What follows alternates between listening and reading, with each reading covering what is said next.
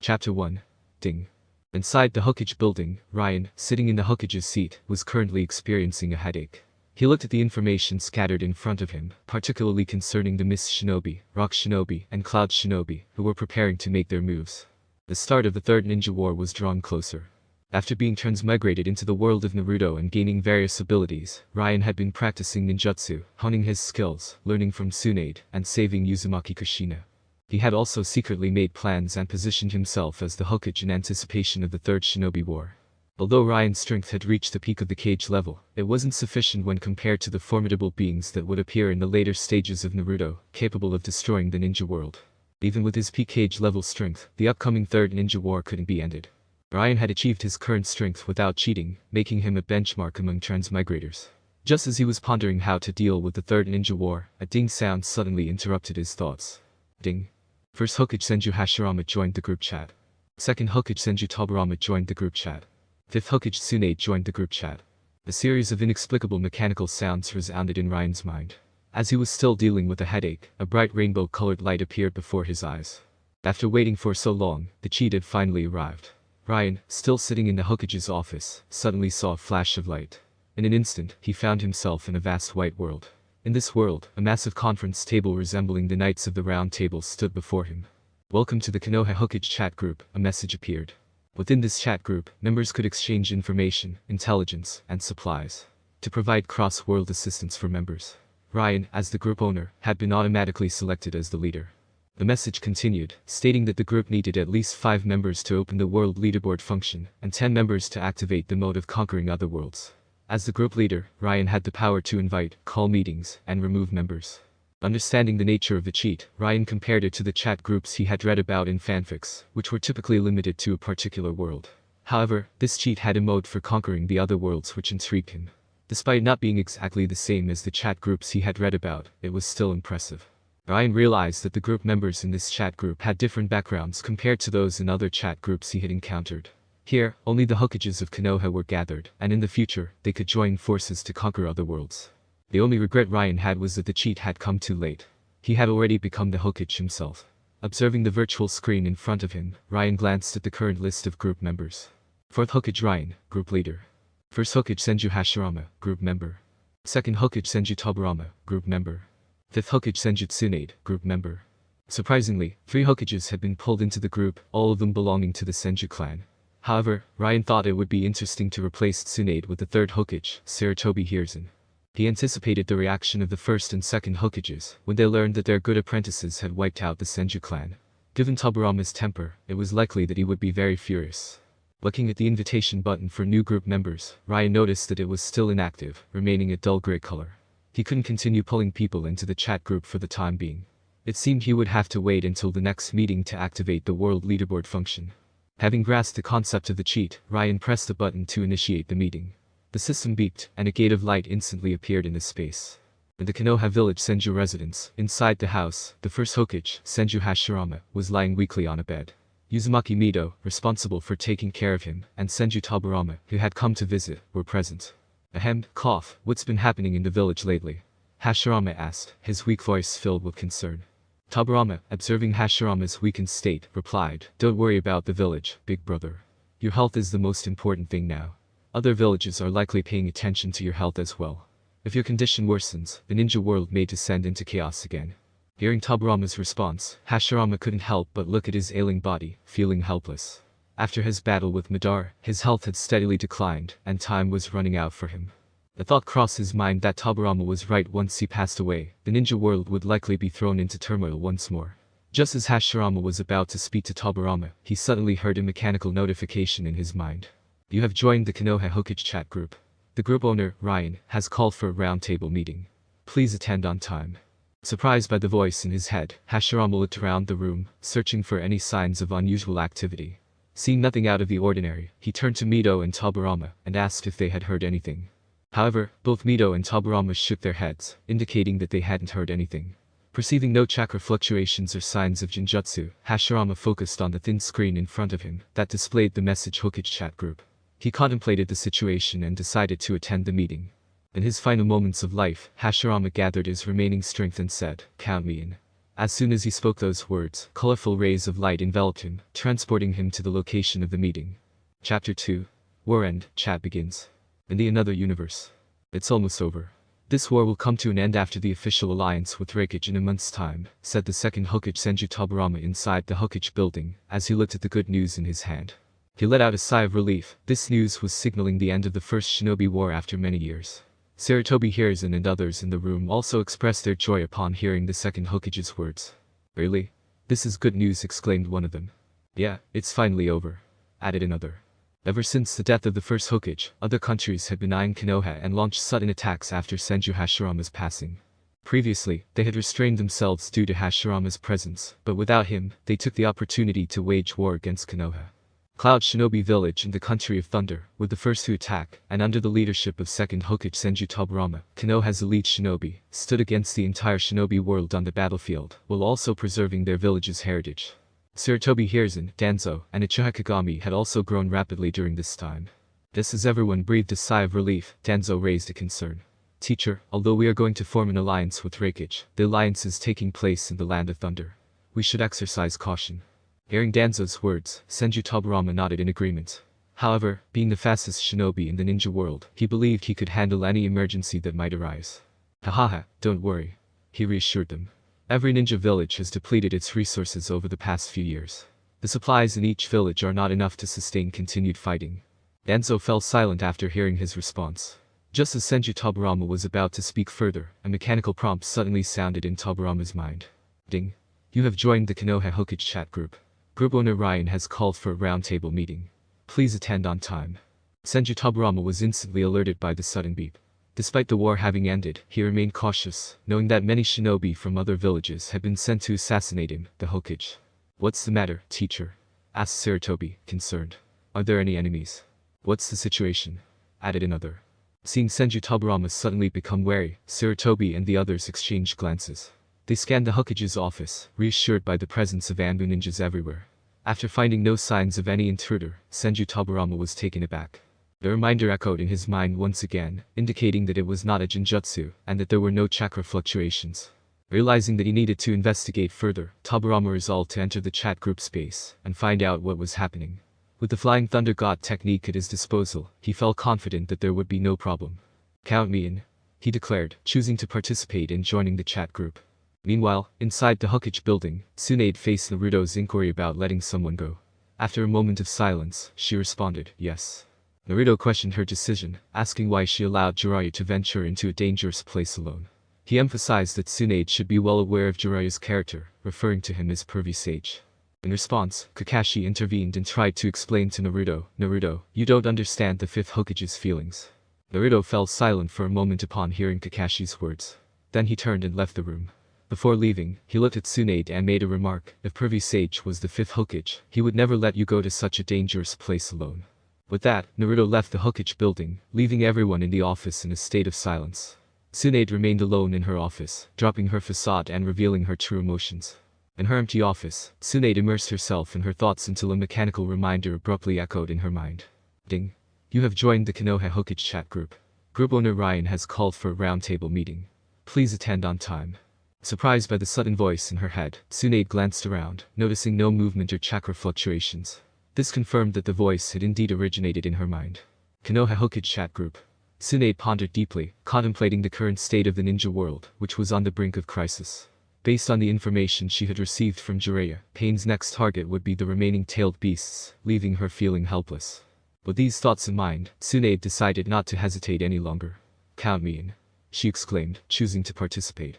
Instantly, a burst of colorful light enveloped her, and when she opened her eyes, she found herself in the chat group space. Meanwhile, Ryan, sitting at the top of the round table, observed the colorful light curtain that appeared after the summoning announcement. 3 figures emerged one after another from the curtain. The first was a man with long hair wearing a casual kimono.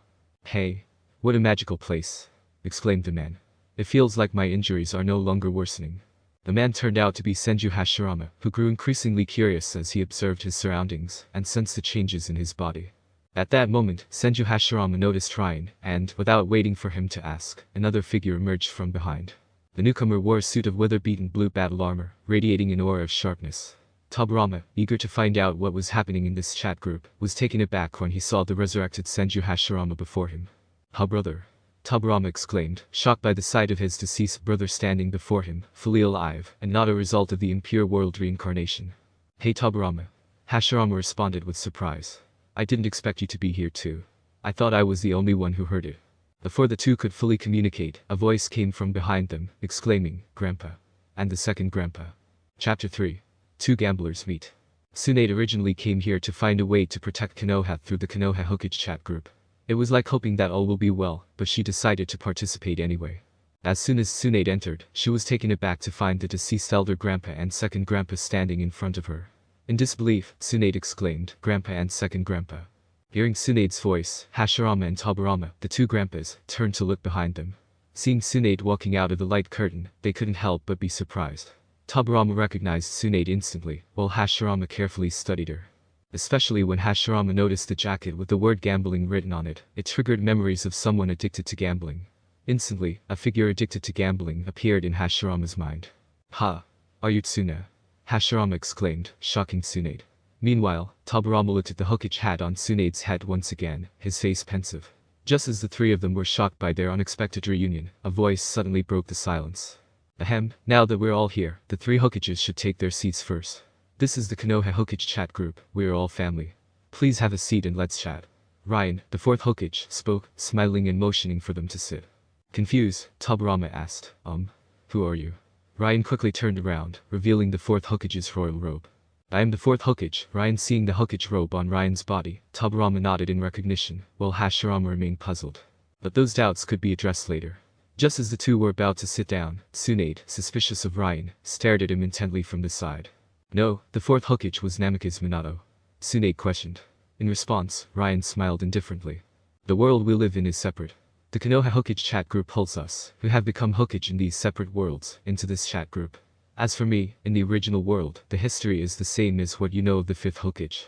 But the world I live in is like a parallel world. In this world, I successfully overthrew the third Hokage's rule, and became Hokage ahead of time instead of Namikaze Minato," Ryan explained. Among the three Hokages, Tobirama was the quickest to accept the explanation, especially after seeing Hashirama alive. Tobirama understood the concept of parallel worlds. After all, he studied and developed time-space ninjutsu and even forbidden jutsu to bring back people from the pure world. But Hashirama in front of him was alive, not reanimated. "So that's it. Since you are the fourth Hokage, Ryan, what about you, Tsunade?" Tobirama inquired. Tsunade realized the situation and responded, "Fifth Hokage." "Fifth Hokage?" Tobirama repeated. Tsunade had become the fifth Hokage. Tobirama fell into deep thought, understanding that something significant must have happened to Konoha during this period. Finally catching up with the information, a worried Hashirama asked, "Is Konoha village alright now?" He couldn't imagine the state of Konoha village with Tsunade as Hokage. Thinking about Tsunade's gambling addiction and the jacket with gambling written on it, Hashirama's heart sank. He feared that Konoha had fallen victim to Tsunade's gambling tendencies. Facing Hashirama's question, Tsunade pondered for a moment and replied, "Everything is fine." This response brought some relief to Hashirama. As long as Tsunade didn't place bets on Konoha itself, he felt somewhat reassured. With the three Hokages seated, the meeting officially began. Tobirama turned to Ryan and asked, "Fourth Hokage, as the group leader, can you tell us what this chat group does? What benefits does it bring?" Ryan pondered for a moment before answering, "At this stage, the chat group's functions have not been fully unlocked. We only hold meetings every 3 months. Currently, you can only exchange information here. There is no way to do anything else apart from chatting. However, when the number of people in the chat group reaches 5, the world ranking function will be activated. The chat group will rank our respective worlds, and rewards will be given according to the rankings. As for the specific benefits, I don't know yet." The three Senju showed thoughtful expressions upon hearing Ryan's explanation. They now had a preliminary understanding of the chat group's purpose. The exact rankings and rewards would only be known when the fifth person joined. While they were contemplating, Ryan shared another significant piece of news. When the number of people in the chat group reaches 5, the chat group will also unlock another function: cross-world mutual aid. If any of your worlds face a major crisis that cannot be resolved, you can ask for help in the chat group. All the Hokages will work together to solve it. The faces of the other three Hokages instantly showed shock upon hearing this news. They hadn't expected the chat group to have such an ability. Tsunade, in particular, displayed immense joy on her face. She had been concerned about how to deal with Pain's invasion, but now she realized that if her grandpa could come to help, there was no need to worry. This function alone brought great satisfaction to the three Hokage.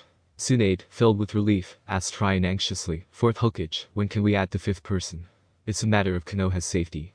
Hashirama and Tobirama looked at Ryan curiously, wondering what crisis Konoha had faced in Tsunade's world that had her so anxious. As caring grandfathers, they were ready to lend a hand when the function was activated. "Well, we'll have to wait until the next meeting," Ryan replied, addressing Tsunade's concern. Chapter 4. The Senju Conspiracy. In 3 months. Upon hearing the info, Tsunade nodded slightly, realizing that she would have to wait for 3 months, and hoped that Pain wouldn't pose a threat during that time. Jiraiya had just sent back information indicating that Pain wouldn't attempt to capture the 9 tails in such a short period, so there was still time. As the weight of the situation sank in, Hashirama looked at Tsunade with curiosity. He remarked, "Tsuna, I never expected you to become the 5th Hokage. Hahaha. How is the Senju clan doing?" Tsunade, still lost in thoughts about how to survive the next 3 months, froze when she heard her grandpa's question. Sadness filled her face, indicating that something terrible had occurred in the future regarding the Senju family. Observing Tsunade's reaction, Hashirama, despite his jovial personality, understood that something dire had befallen the Senju clan. Although Hashirama often displayed a light-hearted demeanor, he was not oblivious to the darkness of the ninja world. As Tsunade remained silent, Hashirama sensed that the Senju clan might have met a tragic fate. Glancing at Ryan, he couldn't help but question, "Fourth Hokage, is my Senju clan alright?" Tobirama, standing beside Hashirama, also looked at Ryan with anticipation. Ryan, feeling the weight of their expectations, let out a sigh and nodded. Senju clan is no more. He told them about the current state or lack of the Senju clan to them, causing Tobirama to freeze in place. As the peak period of the second Hokage's reign coincided with that of the Senju clan, Tobirama couldn't comprehend how the once mighty clan could meet its demise. "It's really exterminated?" Tobirama asked in disbelief, hoping for a different answer. He couldn't fathom how the large Senju clan had been completely eradicated. Curious about the details, Tobirama inquired further, what exactly happened. He had planned for the Senju clan's integration into Konoha, and believed that their extermination was impossible. Ryan took a moment to collect his thoughts before responding. In the 17th year of Konoha, the First Ninja World War broke out, and you perished in that conflict. Sarutobi Hiruzen, your disciple, succeeded as Hokage and became the 3rd Hokage. Another disciple, Shimura Danzo, became the Hokage's assistant, and established a separate Anbu called the Root, a group of hidden Konoha shinobi operating in the shadows. It was through the actions of these 2 individuals that the Senju clan met its end. The news hit Tobirama like a thunderbolt. As he stood frozen, his initial shock transformed into an icy fury. Hashirama, too, wore a dark expression upon hearing the revelation. For the 2 elderly Hokages, the death of their grandson, Nawaki, on the battlefield was not an issue they would contest. However, the revelation that Nawaki had been manipulated and brutally killed by their own students sent them into a deeper rage.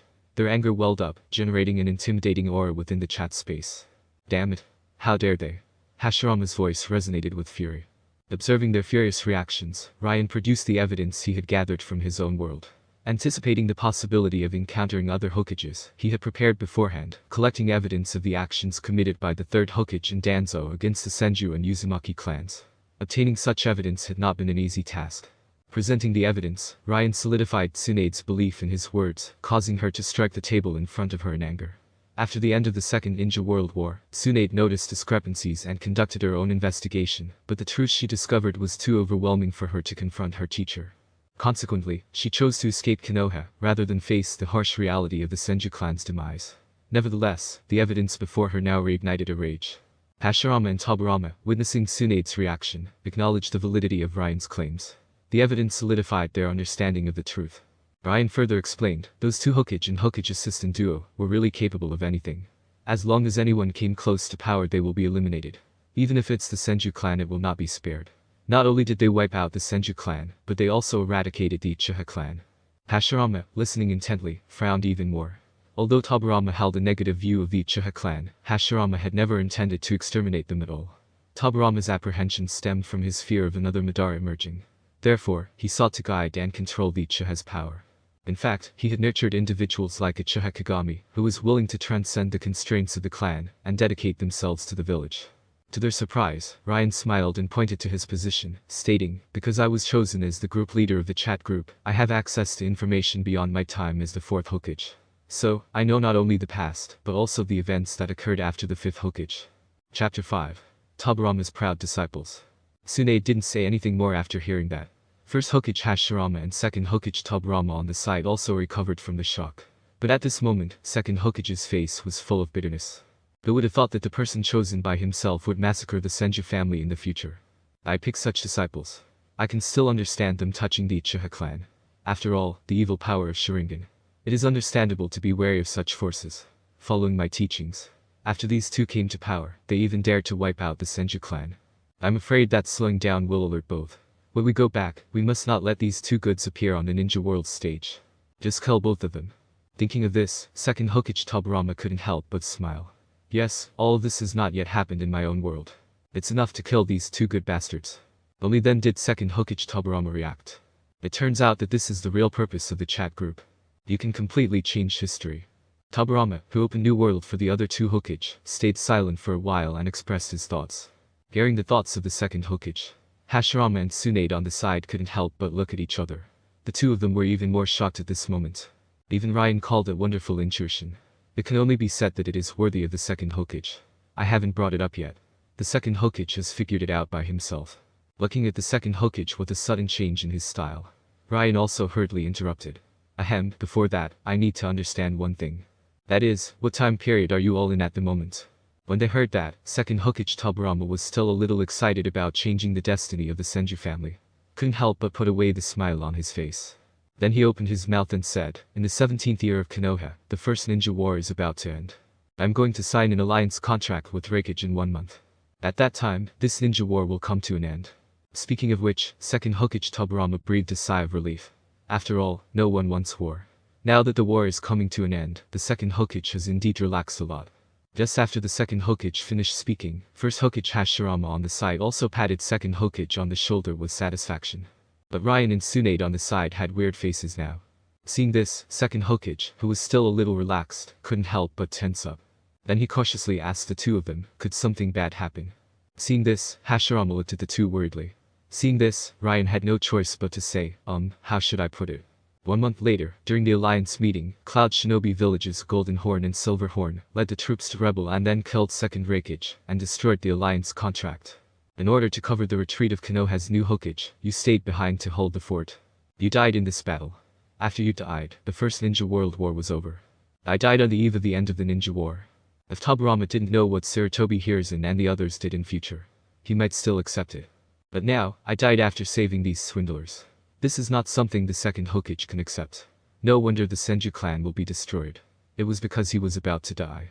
This caused Sarutobi Hiruzen and Shimura Danzo to become lawless after returning. No, I must not let this happen. For a while, second Hokage sat on the seat with inexplicable lights flashing in his eyes, and not a single person knew what he was thinking about. Seeing this, Hashirama quickly said, I've been in Konoha for 10 years now. Nothing should happen, right? Hashirama is also quite curious about what is about to happen to him. I also want to hear what's going to happen next to me. Facing Hashirama's curious baby gaze, Ryan couldn't help and said, nothing happened, but you will be gone in 2 years. Although it is known that you died in the 12th year of Konoha, no one knows exactly why you died.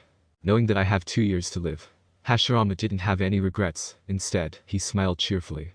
Is there still 2 years left? Hahaha. But I can still last for 2 years, which is not bad. Currently, Hashirama has nothing to hide. He spoke about his body after fighting at Shihemidar. My body seems to have reached its limit for some reason. The injury continued to worsen. The body also began to weaken day by day. At this time, the reactions of Ryan and the three of them were quite similar. Because there is a lot of speculation about this matter. But most of the guesses are related to the battle in the Valley of the End. Now, the answer is the same. With the first Hokage and second Hokage, all is said and done. Everyone's eyes fell on Tsunade. At this time, Tsunade also quickly adjusted his emotions and said, it's the 63rd year of Konoha, and Jiraiya just died in battle.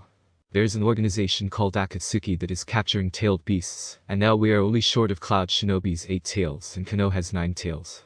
It won't be long before that guy named Pain will attack Konoha. Soon, Tsunade introduced the current situation in Konoha. After hearing Tsunade's words, the first and second Hokages understood why Tsunade was so eager at the beginning. I didn't expect that there would be such a crazy organization dedicated to collecting tailed beasts in the ninja world in future. But now that they all are gathered in this Hokage chat group, there is nothing else to not believe. Don't worry, Tsunade. Since there will be a Hokage chat group, that means everything can be changed. That's right, Fourth Hokage. Just when Tsunade was worried, First Hokage smiled and patted Tsunade on the head. Then he smiled and looked at Ryan.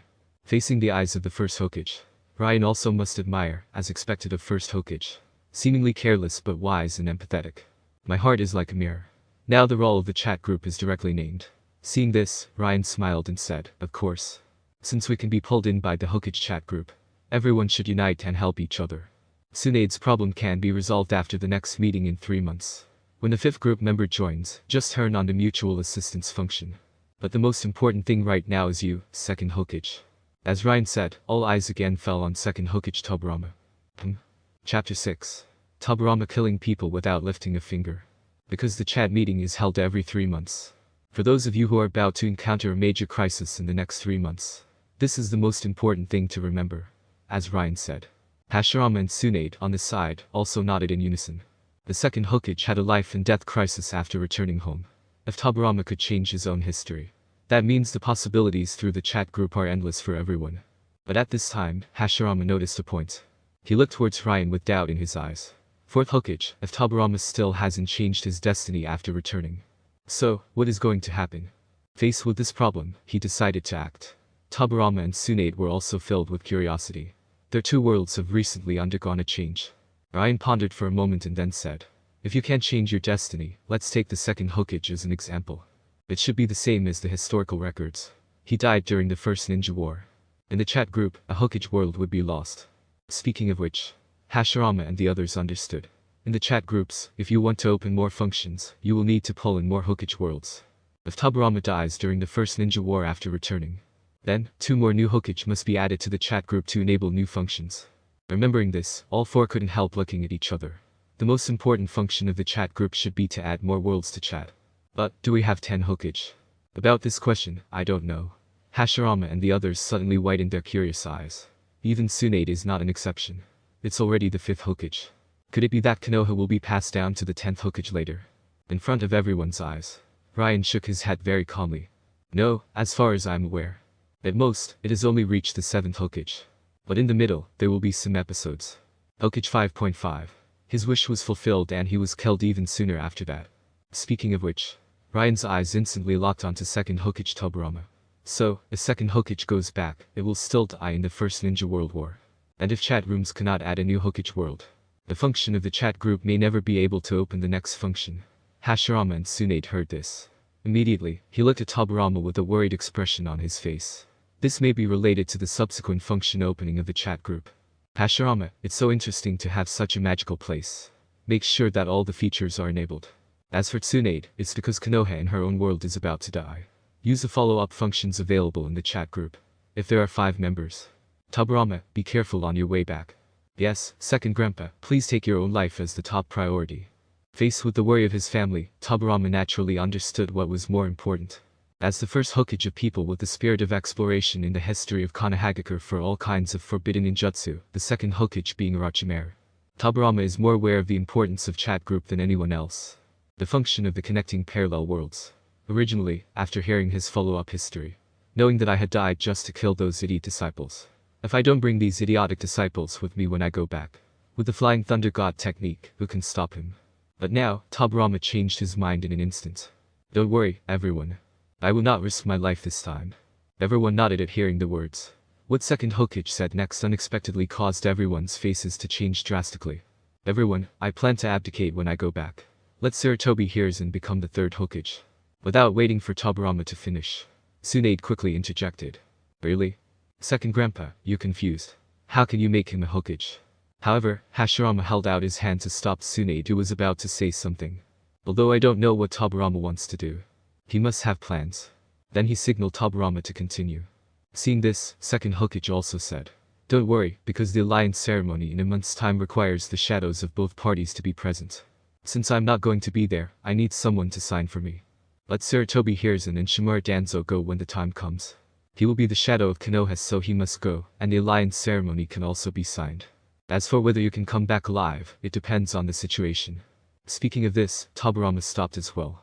Tsunade on the side fell silent for an instant. She looked at his grandfather in shock. Even Ryan was quite surprised. It is worth mentioning that he was the Iron Fist kind of Hokage. The 2nd Hokage in memory was the person who made Konoha develop rapidly. Including Anbu, Ninja School, Konoha Guard, etc. Look now. I still underestimated this 2nd Hokage. If he hadn't died during the First Ninja War, I'm afraid Konoha is even scarier than before.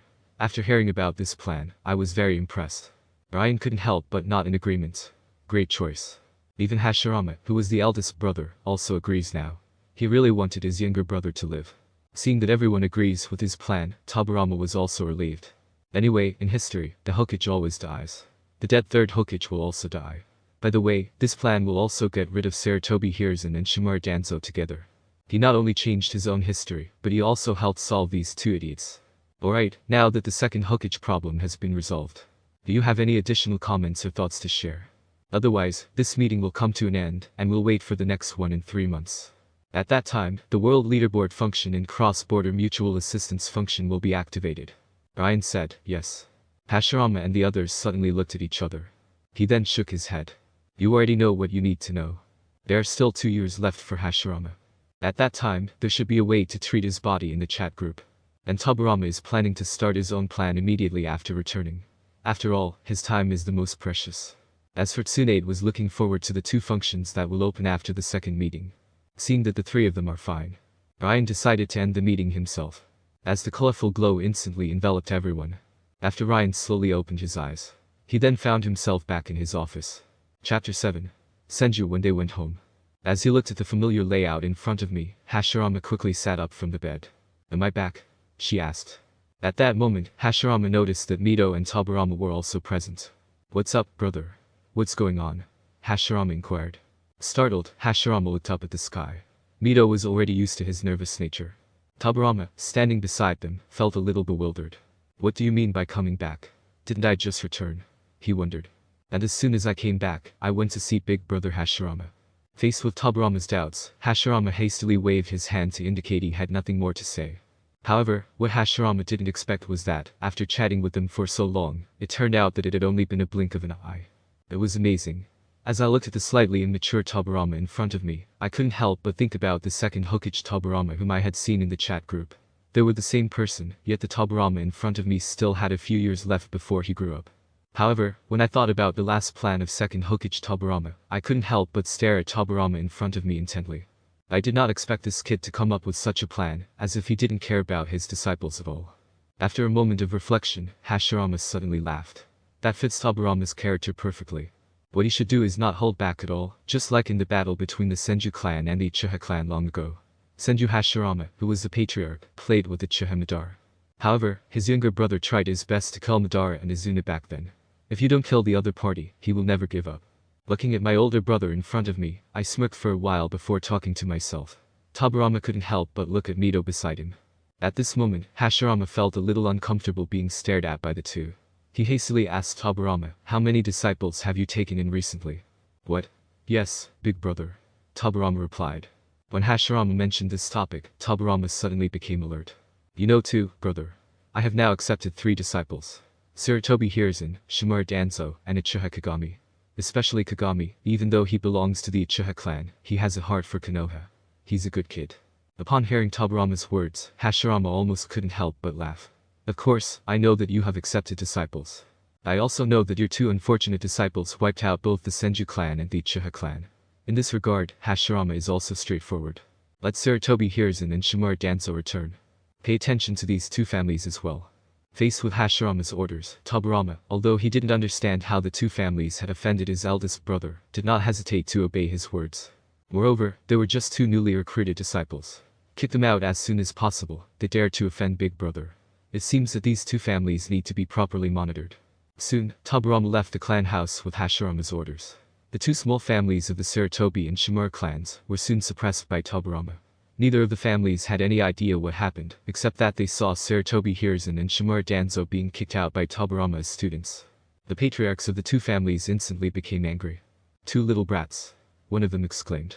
What did you guys do? You made Tobirama-sama so angry. It's done, it's finished, we're through. What? Am I back? As I skimmed over everything familiar in front of me, second Hokage Tobirama's eyes also widened. I didn't expect this chat group to be so amazing. But when I saw a few people in the office, especially the 2 standing in the front, second Hokage Tobirama's face darkened instantly.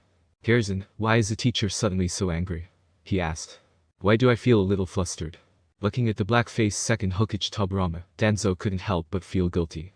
Now, Sarutobi Hiruzen was also confused. Why is the teacher suddenly so angry? Hiruzen whispered to Danzo beside him. While the two were communicating in hushed tones, Tobirama's expression instantly returned to his usual calm. He looked at both of them calmly. "Next, I will announce the orders," Tobirama said. As Tobirama's voice faded, everyone present immediately became somber. However, the words of Second Hokage Tobirama changed the expressions on everyone's faces. "Sarutobi Hiruzen has taken over the position of Konoha's third Hokage," he declared. "Danzo will assist him as the Hokage's assistant." After the words were spoken, Danzo reacted the most violently. Instantly, he turned to Second Hokage Tobirama in confusion and exclaimed, "What? Why is this decision so sudden, teacher?" In response, Second Hokage did not provide any explanation. He simply looked at Danzo quietly, as if he could see right through him. The latter quickly realized the situation and hurriedly backed down. Now, Sarutobi Hiruzen was also quite surprised. Suppressing the ecstasy in his heart, he immediately stepped forward and bowed down, saying, "Thank you, teacher. I will not disappoint the teacher's trust." As I looked at Sarutobi Hiruzen, who appeared to be a loyal and happy individual, the Second Hokage Tobirama wanted to laugh. "If you don't know your future goals, I can easily be fooled by this seemingly loyal guy. Now, however, well, get ready. In a month, you and Danzo will lead the team to the alliance ceremony. I also officially announce you as the third Hokage to the entire ninja world." Listening to the orders of the Second Hokage, Sarutobi Hiruzen quickly agreed.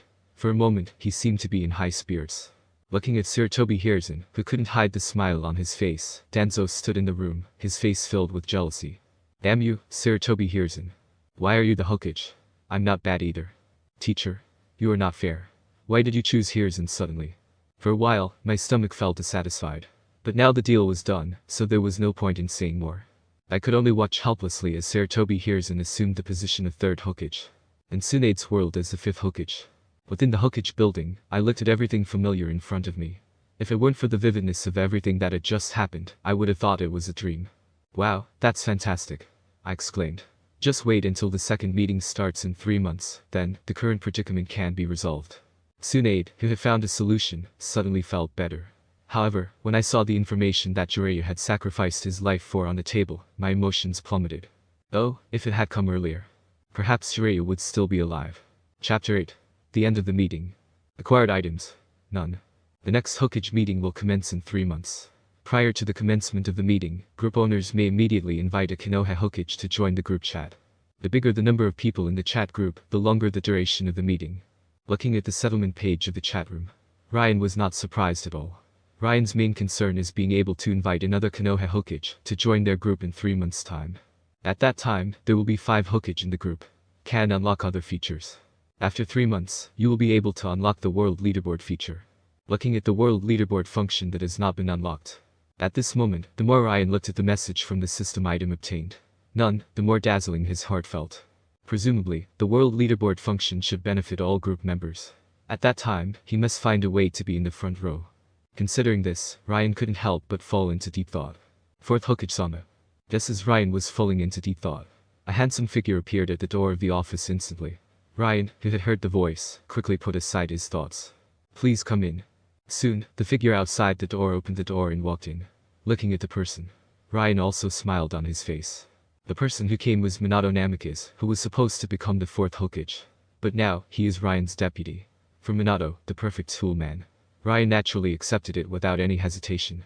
Ryan has been taking advantage of opportunities presented by Minato ever since he was a child, including rescuing Kushina, who had been captured by the Cloud Shinobi at that time.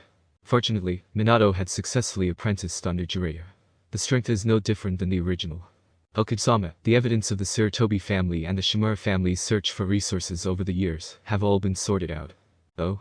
Ryan couldn't help but raise his eyebrows when he heard this.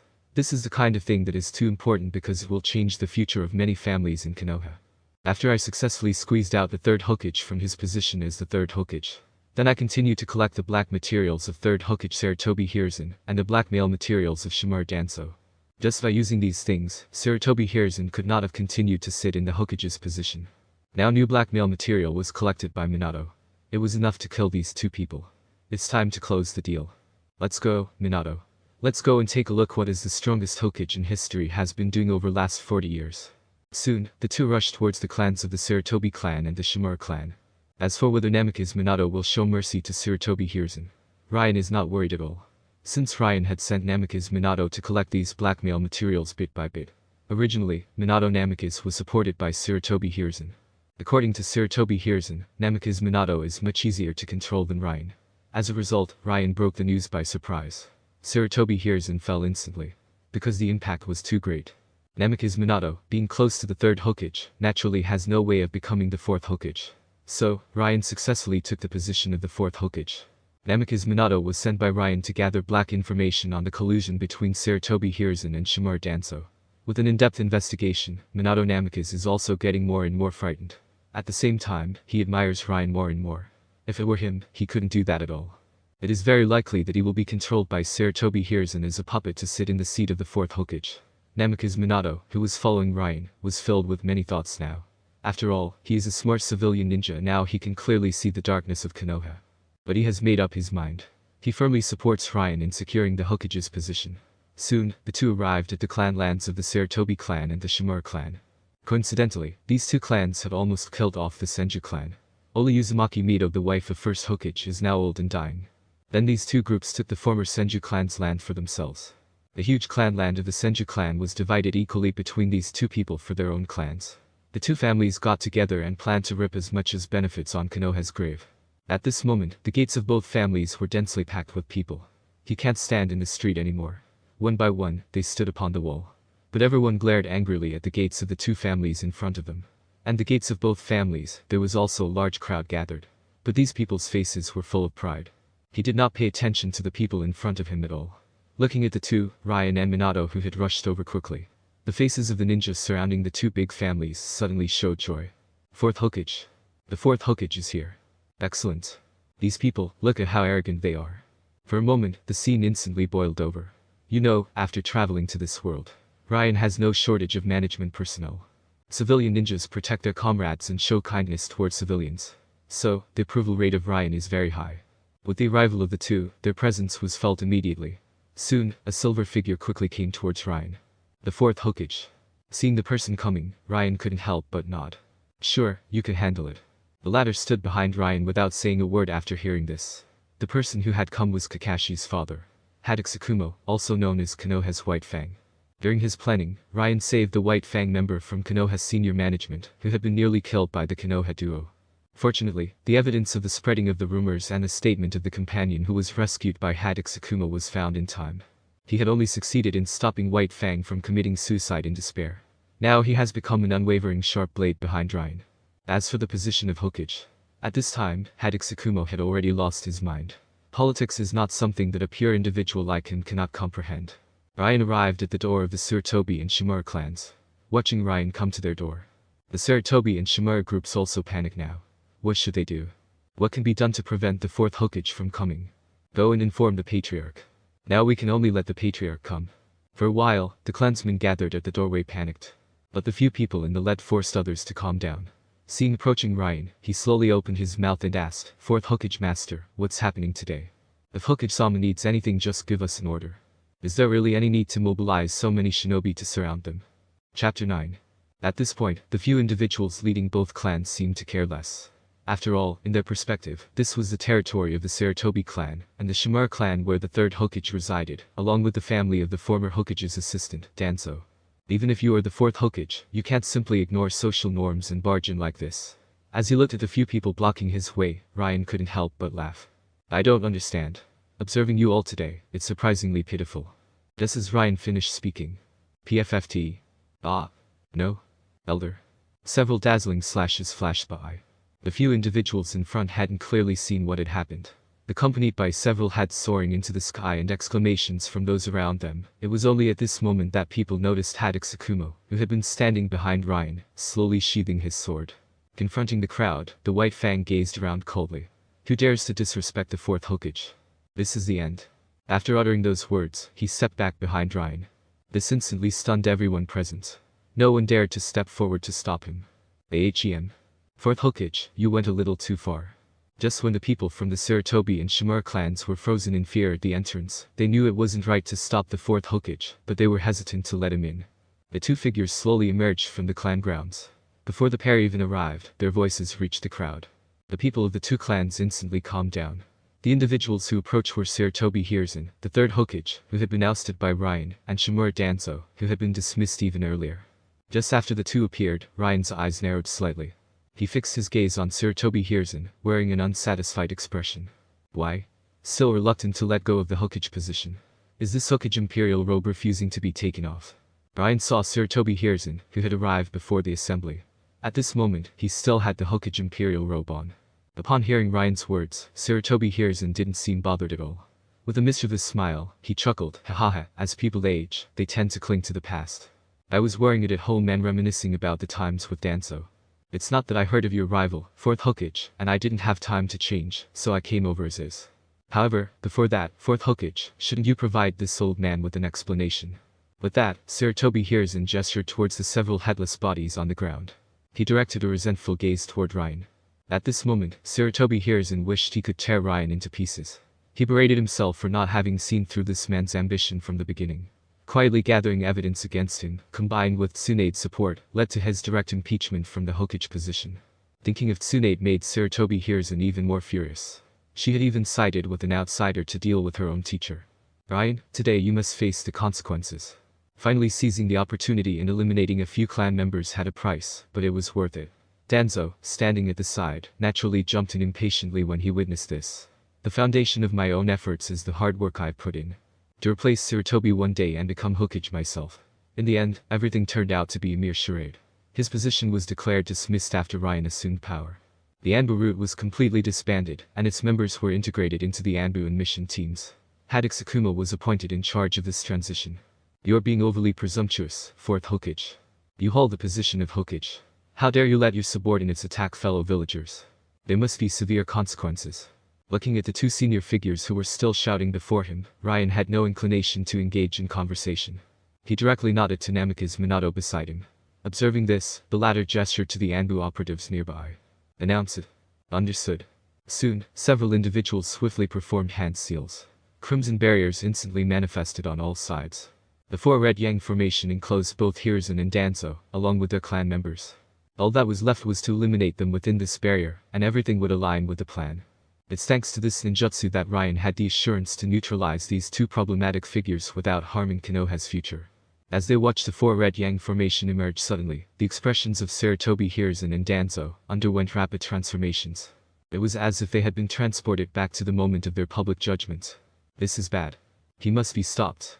Although they were uncertain about what damning evidence Ryan had amassed this time, Hiruzen didn't need to ponder deeply. The sheer determination Ryan displayed indicated that this evidence might be potent enough to shatter their already fragile reputations. Before either of them could react, Minato and Tsukumo stood before Sarutobi Hiruzen, one on the left and one on the right. Confronted by these two individuals, Sarutobi Hiruzen had no choice but to halt his actions. At this juncture, the entire population of Konoha also noticed the conspicuous emergence of the four red yang formation. Within the Hyuga clan. "Patriarch, what should we do?" "No rush. Let's observe for now." Presently, the entire Hyuga clan remained within the confines of their compound, obediently watching the events unfold. Across the village in the Uchiha clan. HMPH. The third Hokage still harbors hopes of recruiting the Uchiha clan. What a foolish aspiration. It seems that the Sarutobi and Shimura clans are about to become history this time. Gazing at the four red yang formation manifesting in the sky, Uchiha Fugaku was filled with satisfaction. "It's fortunate that I resisted. Otherwise, we'd be left to settle scores with the Fourth Hokage later. The Uchiha clan might not have survived his retribution." And the other prominent families of Konoha. The Nara, Akamichi, Yamanaka, Inuzuka, and other clans.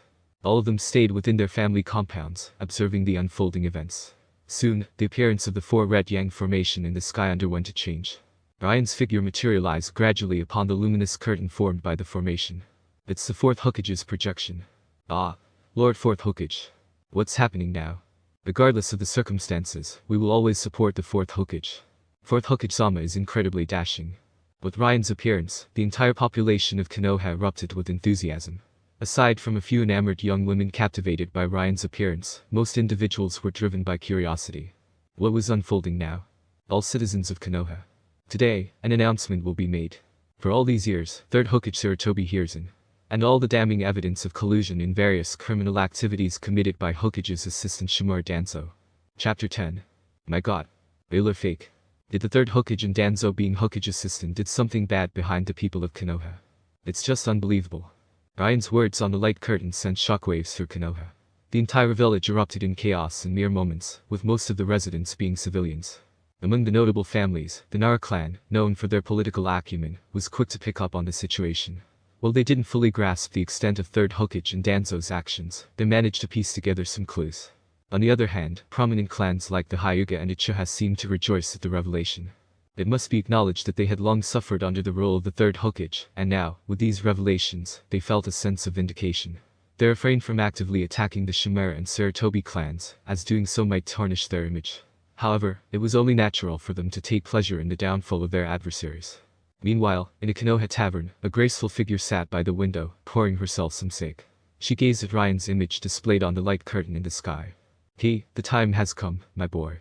Sitting at the tavern was none other than Ryan's mentor, Tsunade Senju. As if struck by another thought, she glanced in the direction of the Sarutobi clan. A self-deprecating smile graced her lips, followed by another sip of sake. Tsunade murmured, "Tsunade, is your intention to skip the teacher's summons and invite me here?" The cold and calculated voice interrupted her solitude. As Tsunade continued sipping her drink, a figure emanating an icy aura approached the tavern. With pale skin and a demeanor resembling a patient snake, the newcomer was Orochimaru, the Snake Sannin, a genius of the same generation as Tsunade, the Slug Sannin. Observing Orochimaru's approach, Tsunade remained silent. Instead, she fetched a bottle of sake from the side and placed it in front of him. "Come, have a drink. I'm here just to enjoy the spectacle." Orochimaru stared at the offered sake, then turned his gaze to Tsunade. There was a rare sense of relief and ease in her demeanor, a sight he hadn't witnessed in a long time. Without further words, he reached for the drink and took a sip. As Orochimaru's gaze fixated on the distant light curtain, recent events flashed through his mind. A few days ago, Ryan had launched a campaign of public opinion within the village, revealing fragments of incriminating evidence against the Third Hokage and Danzo. In the blink of an eye, the Third Hokage was dethroned from his position, leaving everyone dumbfounded by the speed and precision of the coup. Ryan had taken up the mantle of Hokage with unprecedented rapidity, catching even Orochimaru off guard. But what baffled Orochimaru most was the fact that Ryan had chosen not to target him. At the time, Orochimaru had been conducting human experiments on Konoha villagers, in collaboration with Danzo. He had assumed he would meet the same fate as the Third Hokage. To his astonishment, Ryan had spared him. Ryan had visited Orochimaru personally, putting aside the human experiments for the moment. Ryan pledged to continue funding Orochimaru's experiments, but stipulated that the subjects must not be from Konoha. This twist left Orochimaru puzzled, unable to fully comprehend Ryan's motives. Still, Orochimaru was allowed to continue his experiments in Konoha, a compromise that pleased him greatly. As he considered Ryan's recent actions, a rare smile curled Orochimaru's lips. He was eager to relish the unfolding drama orchestrated by Ryan. Soon, all the evidence compiled by Namikaze Minato was unveiled on the light curtain. This evidence included plans by Third Hokage Sarutobi Hiruzen and his assistant, Shimura Danzo, to undermine the Senju clan. Ninjas from the Senju clan, regardless of their rank, were systematically sent on perilous missions, often resulting in their deaths. Even the Senju members integrated into Konoha were subjected to covert human experimentation. The true extent of their crimes was shocking. The horrifying revelation that the Third Hokage and Danzo had even murdered Iwaki, the young head of the Senju clan, in order to obtain the coveted wood style of the first Hokage, left the entire Konoha in stunned silence. No one had suspected such heinous acts from the seemingly benevolent Third Hokage. Even the ninja families, who owed their teachings and the founding of Konoha to Hashirama and Tobirama, were taken aback by this stark truth. The weight of their actions hit hard, leaving only a handful of survivors in the Senju clan Tsunade and Uzumaki Mito. These two are beyond ruthless. A chilling feeling swept through everyone in Konoha, and before they could fully process this revelation, the evidence on the light curtain continued to play. Plans of manipulation and collusion between the two families were laid bare, along with the revelation that Danzo had been secretly abducting talented individuals from various clans. Damn Danzo. No wonder our clan's geniuses disappeared overnight. These two monsters. Outrage erupted from the onlookers, especially among the major clans. The disappearances of promising talents over the years now made sense, and the families were on the verge of chaos, only held in check by the patriarch's influence. The evidence also exposed how the two had been relentlessly collecting resources from ninja assets to civilian wealth. The supplies sent by the daimyo for the village's benefit were siphoned off by the scheming duo for their own gain. As a result, the Sarutobi and Shimura families, once small and inconspicuous, had rapidly grown into powerful forces, rivaling even the Hyuga clan. Moreover, they weren't just cultivating ninjas, they fattened their ranks with ordinary citizens, indulging them in a life of comfort. This revelation ignited the anger of both the major clans and the civilians alike. Damn Third Hokage. Calling him the Third Hokage is an insult. Sarutobi Hiruzen doesn't deserve that title. Absolutely right. And that old man, Danzo. Both of them are despicable. Unforgivable. Konoha erupted into turmoil. The intelligent and perceptive citizens vented their rage, unleashing years of pent-up frustration at the two who had held them in check. The skies echoed with vehement condemnation. Sarutobi Hiruzen and Shimura Danzo, whose facades had crumbled, were now exposed to the full force of public fury. Caught in the relentless wave of anger, the faces of the two culprits turned to Shen. It's over, it's all over. They could only watch helplessly as the consequences of their actions unfurled before them. Chapter 11. Damn it! Sarutobi exclaimed in frustration. How did you manage to leave behind so much evidence? He questioned, looking at Danzo with a side glance at his longtime friend. You're nothing but a fool, Sarutobi Hiruzen, muttered Danzo under his breath, unable to contain his disdain. At that moment, his desire to strangle Danzo to death intensified. What are you doing? He asked sharply, his patience wearing thin. You do it, and you do it, he said, frustrated with the lack of responsibility shown by others. Why are there so many loose ends left behind? He wondered aloud, his frustration growing. Regardless, it was also a reflection of the shortcomings of the Anbu system. Unfortunately, nothing seemed to be working. As Sarutobi Hiruzen scolded him, Danzo couldn't help but feel a sense of despair. At that moment, he wanted to cry without tears. You were a good companion, he said, his voice filled with bitterness, when we discussed how to deceive others. And now that it's all exposed, you're trying to shift the blame onto me. What's the use of talking so much now? He exclaimed, feeling the urgency of the situation. We need to find a solution quickly. For Danzo, it seemed like Sarutobi Hiruzen always blamed him when the schemes were exposed. Time was running out, and there was no point in explaining anymore. The blame had already been placed on him, and he had no choice but to bear it. But the most important thing now was to find a way to resolve the current situation. Sarutobi Hiruzen looked around with an ugly expression as he heard the words, realizing that none of the other ninja families who had previously supported him were present, not even the Inoshikacho clans. As he observed Anbu, who surrounded and outnumbered them, Sarutobi Hiruzen found himself at a loss for a good solution. Relying on the two clans to break through was unrealistic, as the quality of their ninjas was far inferior to that of Anbu. The current Sarutobi Hiruzen was not as powerful as the Hokage portrayed in the original book, and the combined strength of the two clans was not as impressive as expected. In the Fourth Ninja World War, the Sarutobi clan alone gathered 3,000 ninjas, which was far from the glory they currently possessed. Ryan, you traitor! Sarutobi Hiruzen exclaimed angrily. Do you really want to kill them all? I am the third Hokage, he reminded, his voice filled with authority. Sarutobi Hiruzen felt helpless and desperate, realizing that they had no feasible options left. He now had to point the finger at Ryan. Looking at Sarutobi Hiruzen, who resorted to desperate measures, Ryan shrugged and raised his hands slowly. Is that what you want? He asked mockingly. You think too highly of yourself, third Hokage. Listen carefully, Ryan continued, his tone dripping with sarcasm. This is the voice of the people. The current situation can only indicate one thing. You are truly unfit to be Hokage. As Ryan spoke, the sound of approaching footsteps filled the streets. The air was filled with high-pitched slogans. Overthrow the third Hokage. Execute Shimura Danzo. The slogans echoed in Sarutobi Hiruzen's and others' ears as the villagers gathered, fueled by the incriminating evidence they had read. The third Hokage's once amiable image had been shattered, replaced by the perception of collusion with the villain. As Sarutobi Hiruzen listened to the slogans around him, Shimura Danzo's face grew even gloomier. The fact that Sarutobi Hiruzen was being targeted was something he found hard to accept. He wondered why he was the one facing execution while being blamed for everything.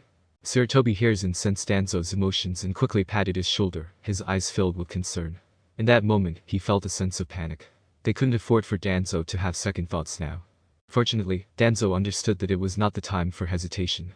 Despite his reluctance, he knew they had to present a united front. Hiruzen, let's do it, Danzo urged. The only option now is to eliminate Ryan and regain our positions as Hokage. We must frame him for our crimes. As Sarutobi Hiruzen observed the increasingly clear slogans, his face contorted with an internal struggle. However, when his eyes fell upon Ryan wearing the Hokage imperial robe, his desire for power and position overcame any doubts. Danzo, let's proceed, he declared. When the time comes, I will make you Hokage. With that, Sarutobi Hiruzen issued a direct order to the Sarutobi clan. Danzo, on the other hand, couldn't contain his excitement upon hearing these words. Move quickly. Shimura clan, follow my lead, he commanded. The fourth Hokage has lost his integrity. Let's frame the former Hokage. As the slogans reverberated in the air, the two clans that were supposed to be held accountable suddenly became the so-called righteous party. At that moment, the ninjas of the two clans appeared united and powerful, charging towards the surrounded Anbu. However, this righteous facade was merely an illusion. Ryan had nothing to say, and with a wave of his hand, the waiting Anbu members sprang into action. Today's Sarutobi and Shimura clans were far from the powerful forces they would become in the future. They paled in comparison to the might of Anbu. The Anbu swiftly launched an attack, overpowering the ninjas of the two clans. A ninja scald in water style quickly unleashed a devastating water dragon jutsu, while another group utilized lightning style techniques. The ninjas of the two clans were no match for the Anbu, and the battle quickly turned into a rout. Panic screams filled the air as the ninjas desperately tried to escape. "Damn it. Don't run away. It'll only hasten your demise," Ryan shouted, witnessing his own forces being effortlessly cut down. Sarutobi Hiruzen and Shimura Danzo grew increasingly anxious as they witnessed their people being mercilessly slaughtered. However, with Namikaze Minato and Haddock Tsukumo keeping a close eye on them, they knew they had to act swiftly. "What will you do next, Danzo?" Ryan asked, his voice laced with both sarcasm and curiosity. Chapter 12. Crack. The sound of shackles opening filled the air. At that moment, Danzo revealed his hidden arm under his clothes. Observing Danzo releasing the restraints, Sarutobi Hiruzen let out a sigh of relief. "Danzo. Capture the thief first, capture the king first. Once we take down Ryan, everything will be easier to handle." "HMPH. You don't need to remind me," Danzo responded with a cold snort. In their current situation, there was only one way to defeat Ryan. Upon hearing Hiruzen's plan, Danzo scoffed and immediately set his sights on Minato and Tsukumo. "I'll handle them both. You go deal with Ryan." Satisfied with Danzo's commitment, Sarutobi Hiruzen nodded in approval. Indeed, in critical moments, Danzo had always proven to be his most reliable support. Without wasting any time, Danzo took the lead and confronted Minato and Tsukumo. Using the shadow clone technique, he created multiple clones that attacked the two Minatos simultaneously. Boom. Puffs of smoke filled the air as Danzo's clones executed various wind-style ninjutsu in perfect coordination with the main body. Meanwhile, Sarutobi Hiruzen charged directly at Ryan. "Rat. The position of Hokage is not something a child like you can handle," he taunted. Watched by Sarutobi Hiruzen, his figure disappeared in a few blurs, his hands swiftly forming seals. "Fourth Hokage project. No need. You two focus on Danzo. His right arm holds a surprise," Ryan advised Minato and Tsukumo. As Sarutobi Hiruzen prepared to attack Ryan, Minato and Tsukumo attempted to intervene, but Ryan stopped them in their tracks. Unfazed by Sarutobi Hiruzen's presence, Ryan stood his ground, his expression unchanged. Ryan's arrogance brought a sneer to Sarutobi Hiruzen's face. "HMPH. Arrogant brat. I'll show you the strength of the strongest Hokage in Konoha." With his chakra concentrated in his mouth, Sarutobi Hiruzen unleashed the fire style. Fire Dragon Bomb. A torrent of scorching flames erupted from his mouth, turning everything in its path into scorched earth. However, Sarutobi Hiruzen's hand swiftly formed seals once again, knowing that this level of attack wouldn't harm a cage-level opponent. Determined, Sarutobi Hiruzen activated the ninja art. Earth Dragon Fire Ryu. A ferocious earth dragon rose from the ground, accompanied by a surge of earth currents that rushed toward Ryan. Simultaneously, Sarutobi Hiruzen exhaled a stream of fire, merging it with the earth flow. The two elements blended together, resembling flowing magma. But the assault didn't end there. Sarutobi Hiruzen continued his hand seals, completing the technique. Ninja art. Lightning Water Dragon Bomb. A majestic water dragon materialized in an instant, crackling with lightning. With a triumphant tone, Sarutobi Hiruzen sneered at Ryan, convinced that he had witnessed his opponent's defeat. However, to his astonishment, Ryan suddenly moved. Ryan swiftly clasped his palms together, creating countless inscriptions that appeared on his open hands. "Old man, do you really think I haven't mastered this? With the Flying Thunder God technique, I'm not afraid of the first and second Hokage crawling out of hell to find you."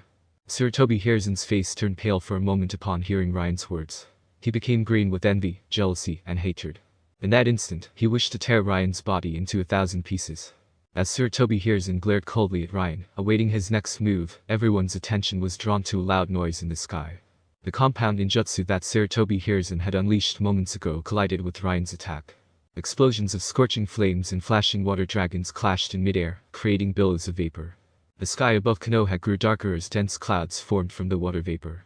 Amidst the spectacle, Ryan's voice echoed across the battlefield. "All Anbu, withdraw from the clan lands of the Sarutobi and Shimura clans." Chapter 13. Upon hearing Ryan's order, the Anbu members who were still fighting or those who hadn't acted yet were mere witnesses to the unfolding events, and everyone swiftly began to evacuate. Countless figures hurriedly left the territories of the Sarutobi and Shimura clans. Did they retreat? Great. We survived. Woo. The terrified clansmen, who had resigned themselves to death, now embraced each other in tears of joy, feeling the relief and happiness brought by being alive. However, Sarutobi Hiruzen and Danzo couldn't fully rejoice.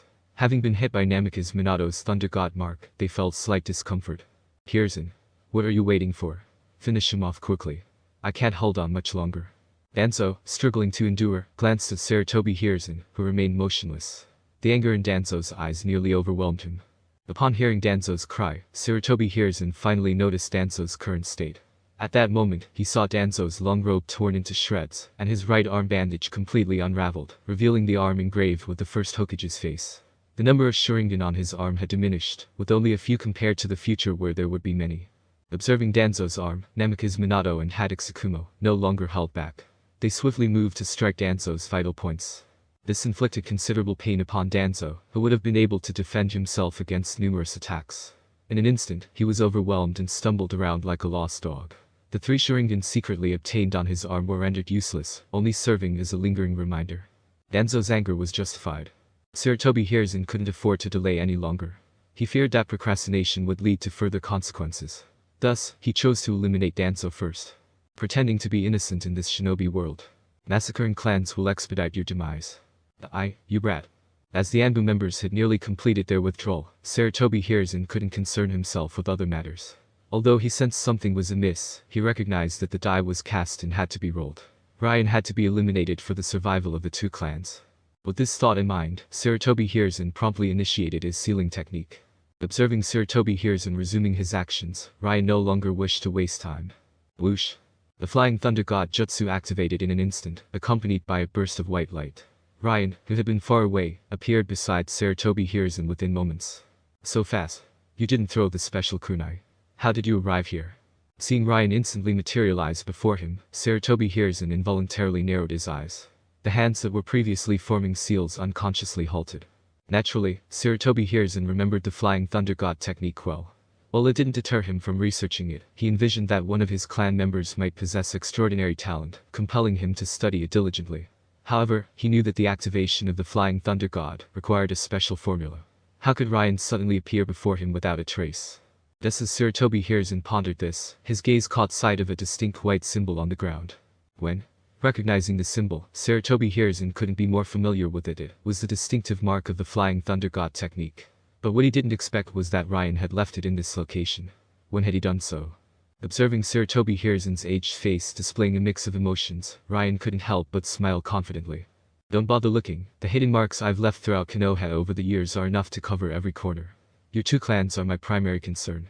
Without giving Sarutobi Hiruzen a chance to react, Ryan swiftly turned his palms upward, conjuring a spinning chakra ball. A Sengen. Boom. An explosive sound resonated as a large cloud of smoke billowed forth. Ryan frowned in response. He was certain that he had struck Sarutobi Hiruzen with the Rasengan, but it clearly wasn't the old Hokage's body. As the smoke dissipated, a battered figure emerged before everyone's eyes. Cough, Hiruzen, what happened? I apologize, Ape Demon. I unexpectedly brought you out. Seeing the severely injured Ape Demon, Sarutobi Hiruzen felt a pang of guilt. Yet, it wasn't the summoning technique that had been activated, it was Ryan himself who suffered the consequences. Forced to summon the Ape Demon, Sarutobi Hiruzen had no other choice. However, observing the miserable state of the Ape Demon, it was clear that continuing the fight was futile. With a puff of smoke, the Ape Demon suddenly reverted to his summoning state and fled back. You responded quite well. But what do you plan to do next? Ryan hadn't expected to defeat Sarutobi Hiruzen with that blow. As he spoke, his gaze shifted toward the sky, which had turned completely dark. Stars glimmered amidst the thunderous clouds. Realizing that everything was nearly prepared, Ryan extended his arm and pointed to the sky. Squeak. The bolt of lightning shot forth from Ryan's hand, disappearing into the clouds in an instant. Once the lightning vanished, the entire sky seemed to come alive. Rumble. A deafening roar echoed throughout the sky, capturing everyone's attention. The thunder in the heavens grew more intense. Wow, what kind of ninjutsu is this? It's terrifying. This is only the prelude, and it's already so powerful. If this is how it is when activated, then this ninjutsu is even more frightening. It seems to be the lightning style developed by the Fourth Hokage's project. What an extraordinary talent. To develop such a fearsome lightning style ninjutsu. The major clans observing the battle were astonished, contemplating the connection between this grand battle and the Fourth Hokage. Watch this move. I'll use this ninjutsu to send you to meet the Shinigami itself. Lightning style. Kirin. As the words left his mouth, Ryan promptly combined the shape transformation of lightning style with the nature transformation of ninjutsu, activating his technique. In an instant, a thunderous Kirin materialized in the sky, its entire body compassed of lightning. With crimson eyes fixated on Sarutobi Hiruzen below, the creature emanated a menacing aura. Ryan no longer hesitated. Guided by Chidori, the lightning Kirin descended rapidly towards Sarutobi Hiruzen. Damn it. I must dodge. Sarutobi Hiruzen succumbed to complete panic. Drawing upon his years of combat experience, he understood that failure to evade this attack would result in his demise. As he witnessed the Kirin hurtling from the heavens, Sarutobi Hiruzen felt trapped, ensnared in the beast's aerial domain. This technique was inevitable. Roar. With a thunderous roar, the dazzling lightning struck instantaneously. Chapter 14. The sky above Konoha echoed with the sounds of countless chirping birds, creating a dazzling display akin to daylight. Wow. It's so mesmerizing, exclaimed one observer. Exactly what I'd expect from the Fourth Hokage, added another. This ninjutsu is incredibly terrifying. Oh my god, I can't keep my eyes open. The onlookers, one by one, closed their eyes as if fearing an explosion from the overwhelming spectacle. As the thunderous noise subsided, a shocking scene unfolded before everyone's eyes. I looked around, surveying the aftermath. The once thriving Sarutobi and Shimura clans, where had their presence gone? Not a trace of either tribe remained. Only scorched earth stretched out in front of them. The clan lands, houses, and clan members had all been reduced to ashes by the devastating blow. Damn it. Hiruzen. Danzo cried out, gazing at the vanished family. Danzo, who was still recovering from his beating, now appeared even more tearful and pitiful. His furious gaze locked onto Ryan. Hiruzen can't be dead. Tell me, where is he? Danzo's eyes were bloodshot as he relentlessly interrogated Ryan. Observing Danzo's desperate demeanor, Ryan couldn't help but think that Sarutobi Hiruzen must have been like a loved one to him. Or something more. Ahaha. Although their relationship was not entirely clear when faced with Danzo's inquiries, Ryan generously pointed to the open space in front of him. He's all around us. Upon hearing this response, Danzo seemed to lose all strength, surrendering entirely. He weakly slumped to the ground, realizing deep down that Sarutobi Hiruzen had no chance of survival after the devastating ninjutsu. Even if I had 10 more Sharingans, it wouldn't be enough. Now that Hiruzen was gone and the family had vanished, Danzo had nothing left to fight for. He sat in a daze on the ground, unable to speak for a long time. Witnessing this, Ryan refrained from saying much. After exchanging a glance with Tsukumo, Ryan gave a subtle signal. In an instant, Tsukumo swiftly swung his knife, dispatching the man known as the Shadow of Konoha Danzo. With Danzo dead, Ryan let out a long sigh of relief. Having eliminated the Sarutobi and Shimura clans, the internal crisis within Konoha had been resolved. Minato, send someone to clean up, Ryan instructed. Resume construction here as soon as possible. Having dealt with the affairs of the two clans, Ryan returned to the Hokage building, organizing the remaining work. At that moment, Ryan felt a greater sense of ease. Not long after Ryan's return, Tsunade and Orochimaru, who had been drinking in the tavern, arrived directly. Observing the two, Ryan didn't need to say a word before his head was pushed between Tsunade's ample bosom. MMMPH. I can't breathe, master. Ryan muffledly protested. As Ryan struggled, Tsunade's face reddened. But considering the vengeance against the Senju clan that her obedient apprentice had fulfilled, Tsunade had little concern. She continued to hold Ryan's head tightly, refusing to let go. Witnessing this, Ryan ceased his struggle, surrendering to the embrace of the soft bosom. Enjoying the sensation, he heard Tsunade's enthusiastic voice. Ryan, you were absolutely amazing just now. What are you doing? Just as Ryan was about to lose himself in the moment, a fiery red figure barged into the office. The person's hair seemed to flicker like flames. Recognizing the voice, Ryan hastily extracted himself from Tsunade's embrace. Seeing that Kushina was on the verge of going berserk, Ryan quickly spoke up. Hahaha, Kushina, master was just showing gratitude. It was quite exhilarating. Listening to Ryan's explanation, Tsunade eyed the two suspiciously. However, considering what had transpired with the Senju clan, Tsunade's excitement seemed understandable. Furthermore, Tsunade Haim was still a relative of her own. Izumaki Kushina had no choice but to relent. Observing this, Tsunade now wore a mischievous smile. After exchanging greetings with Kushina, Tsunade turned and left. But as Tsunade walked past Kushina, Ryan caught sight of Tsunade had a smirk on her face. Witnessing the scene, Ryan couldn't help but tremble slightly. Orochimaru, who stood nearby, also had a smirk on his face. Yet, with Tsunade's departure, Orochimaru decided not to taunt Ryan and left the office as well. As for the matters that remained in Konoha, they could be discussed another time. Soon, Ryan, with his silver tongue, managed to coax Kushina. Observing the well-behaved Kushina before him, Ryan let out a long sigh of relief. Kushina had narrowly avoided turning into a shur. Women get jealous too easily, especially from other women.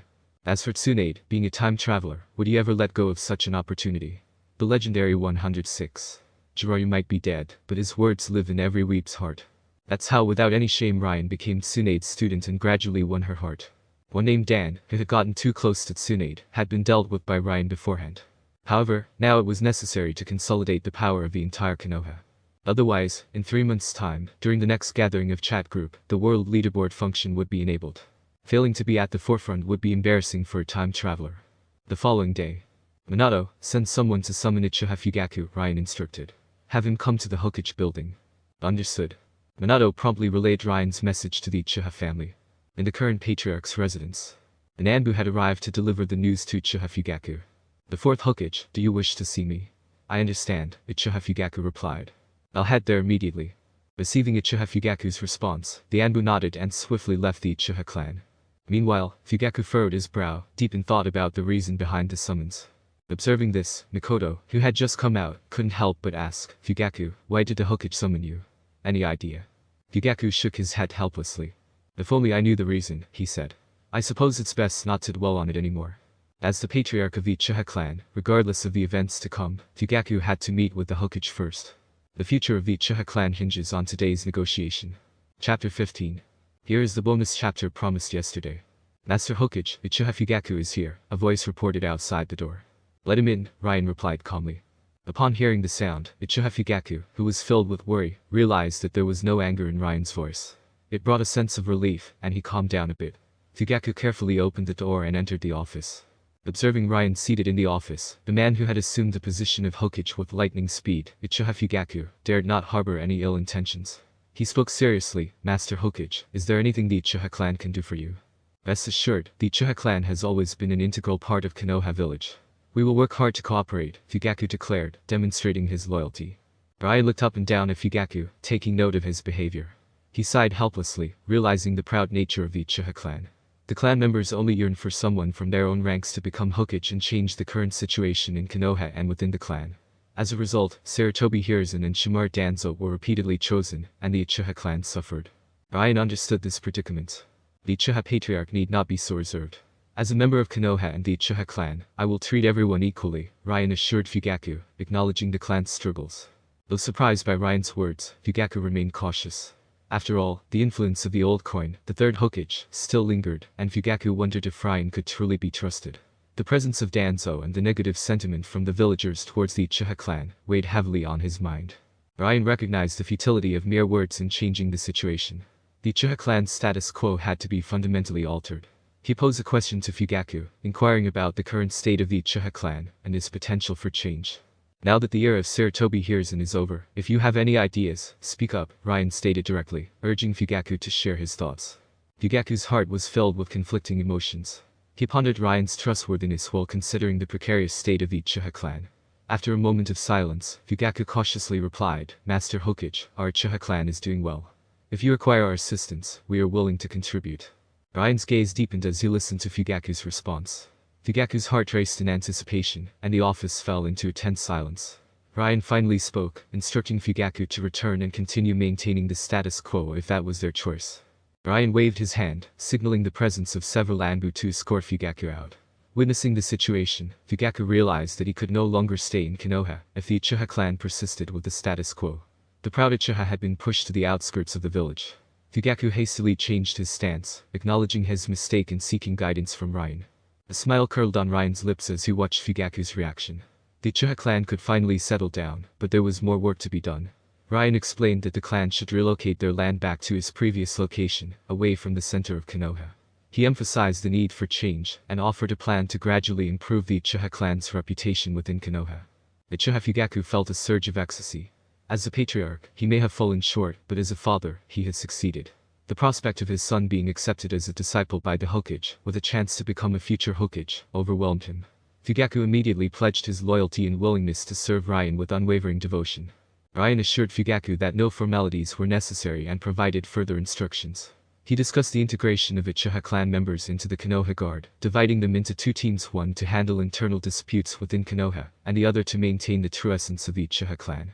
Ryan believed that through these measures, the Uchiha clan's reputation could gradually change for the better.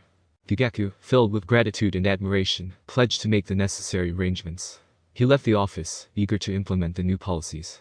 Ryan, feeling a sense of relief, knew that resolving the Uchiha clan's issues would strengthen Konoha further. With renewed confidence, he left the Hokage building, heading towards the Senju clan's compound. Chapter 16. Hurry up. Uchiha Fugaku called out, his voice filled with urgency.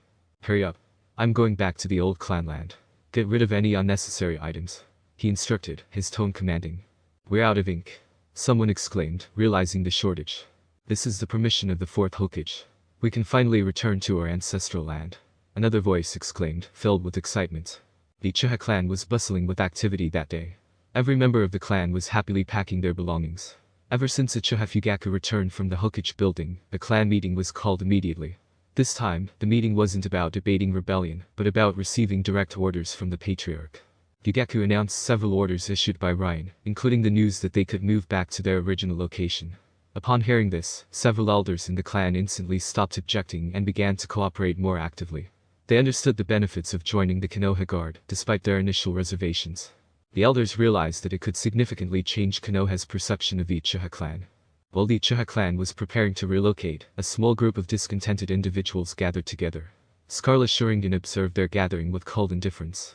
Each member expressed their dissatisfaction, unaware that their every word was being recorded by a figure nearby. Uchiha Fugaku noticed this group and frowned at their behavior. Fugaku's good mood was instantly shattered. He snorted in disdain and reaffirmed his determination to protect the progress the Uchiha clan had made. He quickly went to the person responsible for task assignments within the clan and issued an order. Patriarch. The clan member acknowledged. Inform Uchiha Inuyasha and the others, Fugaku commanded. There has been an attack on our clan's border mines in the Land of Fire. Let them handle it.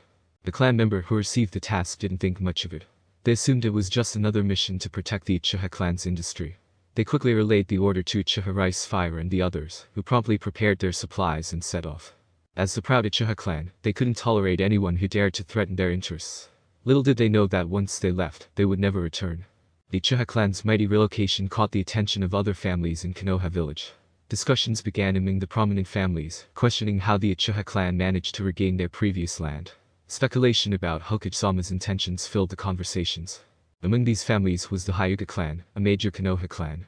Hyuga Hisashi suggested meeting with the Fourth Hokage as soon as possible, noting the recent actions against the Shimura and Sarutobi families.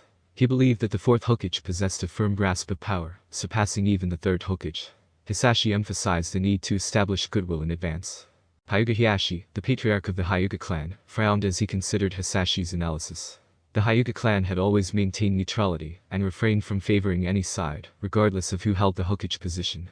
They offered assistance and supplies when necessary, but never took a partisan stance. However, the current situation made Hiashi hesitate. Observing Hiashi's struggle, his younger brother Hisashi became anxious. He recognized that with a powerful Hokage like Ryan, there might be a chance to change the unjust system of the branch house within the Hyuga clan. Hisashi couldn't help but feel hopeful. In fact, the Hyuga clan had always boasted about their wealth compared to the Uchiha clan. However, their position within Konoha society was still quite precarious. When the Uchiha clan wore clothes bearing their family crest, the commoners of Konoha feared them. On the other hand, the Hyuga clan's eldest lady could be bullied by ordinary children. This stark difference revealed the disparity between the two clans. Due to the Uchiha clan's actions, other families in Konoha village began making their own moves. The Inoshika-cho clans, as a Hokage family, arrived at the Hokage office together, pledging their loyalty to Ryan. This gesture prompted other prominent and lesser-known families to follow suit, expressing their allegiance to the Hokage. Ryan openly addressed the Hyuga brothers, Hiashi and Hisashi, when they approached him. Without any pretense, he asked, "Do you want to change the ridiculous system of the branch house and clan within the Hyuga clan?"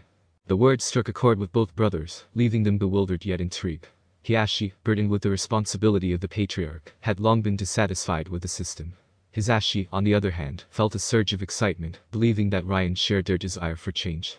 "Master Hokage, please enlighten us," Hiashi said, bowing before Ryan. Ryan nodded in acknowledgement, then turned his gaze to White Fang, who stood nearby. "Today, White Fang will accompany you to the Hyuga clan and help you resolve the issue of the branch house system once and for all," he declared with determination. The mention of the caged bird seal evoked a playful expression from Ryan. He commented, "It's like cutting off an arm, it's absurd." He believed that the branch house was a burden, and the Hyuga clan would have revolted long ago, if not for the caged bird seal's control. Ryan left the choice in Hiashi's hands, stating, "It's up to you how to choose." With that, he returned to his paperwork, leaving Hiashi deep in thought. After some time, Hiashi looked at the caged bird seal on Hisashi's forehead.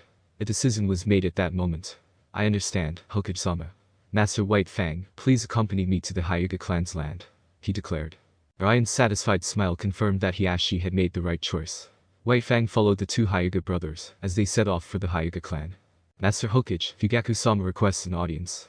A messenger announced, interrupting the proceedings. Chapter 17. Please come in, Uchiha Fugaku called from outside the house as he heard the sound. He cautiously opened the door to the Hokage's office and found Ryan sitting at the desk. Uchiha Fugaku approached Ryan and pulled two small figures towards him. Hokage-sama, these are Shisui and Itachi, he said, introducing the two children to Ryan. After speaking, he brought the two little guys in front of Ryan. Shisui and Itachi appeared like two young kids at that moment. Remembering their performances in the original book, Ryan believed that with a little guidance, the two of them would become excellent swordsmen. From today onwards, I will be your teacher. I will train you rigorously. It's too late to regret now, Ryan declared, staring into the eyes of the two children. Shisui and Itachi seemed extremely excited upon hearing Ryan's words. They couldn't believe it at first when Fugaku told them that Hokage-sama wanted to accept them as his disciples. However, upon arriving at the Hokage building, their disbelief turned into astonishment. And now, hearing that Ryan wanted to take them as disciples, their excitement couldn't be contained. We would love to be your disciples. Nice to meet you, teacher, they exclaimed. Fugaku was delighted to see their enthusiasm. With this, the Uchiha clan became firmly connected to the Hokage. Ryan smiled, satisfied with the two excited young boys. He then turned to Uchiha Fugaku beside him and said, "Then, I will be the one to teach them. Let them follow me every day from now on." Fugaku wholeheartedly agreed to Ryan's proposal. He couldn't wait to have the two children by Ryan's side, with the purpose of bringing Fugaku here accomplished. Ryan didn't expect that his method of using force and persuasion on Uchiha would be so effective. But this was only the first step in inviting guests. By involving Fugaku, the most influential voice in the Uchiha clan, Ryan aimed to gain more favor. If he couldn't win over Ryan, Fugaku's fate would naturally be the same as the other elders of Uchiha beheaded. The position of the patriarch of the Uchiha clan attracted many contenders, and without Fugaku, someone else would take the role. In that case, Ryan would continue his operations and achieve even better results. He would ensure complete loyalty and acceptance from the Uchiha clan. While thinking about these plans, Ryan couldn't help but touch his chin in satisfaction as he held the ninjutsu scroll given to him by Fugaku. Let the bullets fly and don't deceive me. This must be announced, he thought. Meanwhile, Shisui and Itachi were still in a state of ecstasy. As two kids who had always loved Konoha, becoming disciples of the Hokage was a dream come true. Ryan laughed and said to them, "Alright, enough playing around. We won't practice today. I will take you to study." With that, he left the Hokage building accompanied by the two excited youngsters. The Uchiha clan had now become a force under Ryan's control. On the other side, within the Hyuga clan, a heated argument was taking place. Several elders of the clan were shouting at Hyuga Hiashi, accusing him of violating the clan's ancestral customs, and stating that he was unfit to be the patriarch. The scene was intense, with headless corpses lying nearby. Witnessing this, the members of the branch house, who had caged birds on their heads, gathered and discussed the situation among themselves. They wondered why the patriarch had directly involved outsiders such as White Fang. They believed that this incident would change the history of their branch house. They saw Hiashi's actions as a way to save the Hyuga clan. In response to the elders' questioning, Hiashi had made up his mind.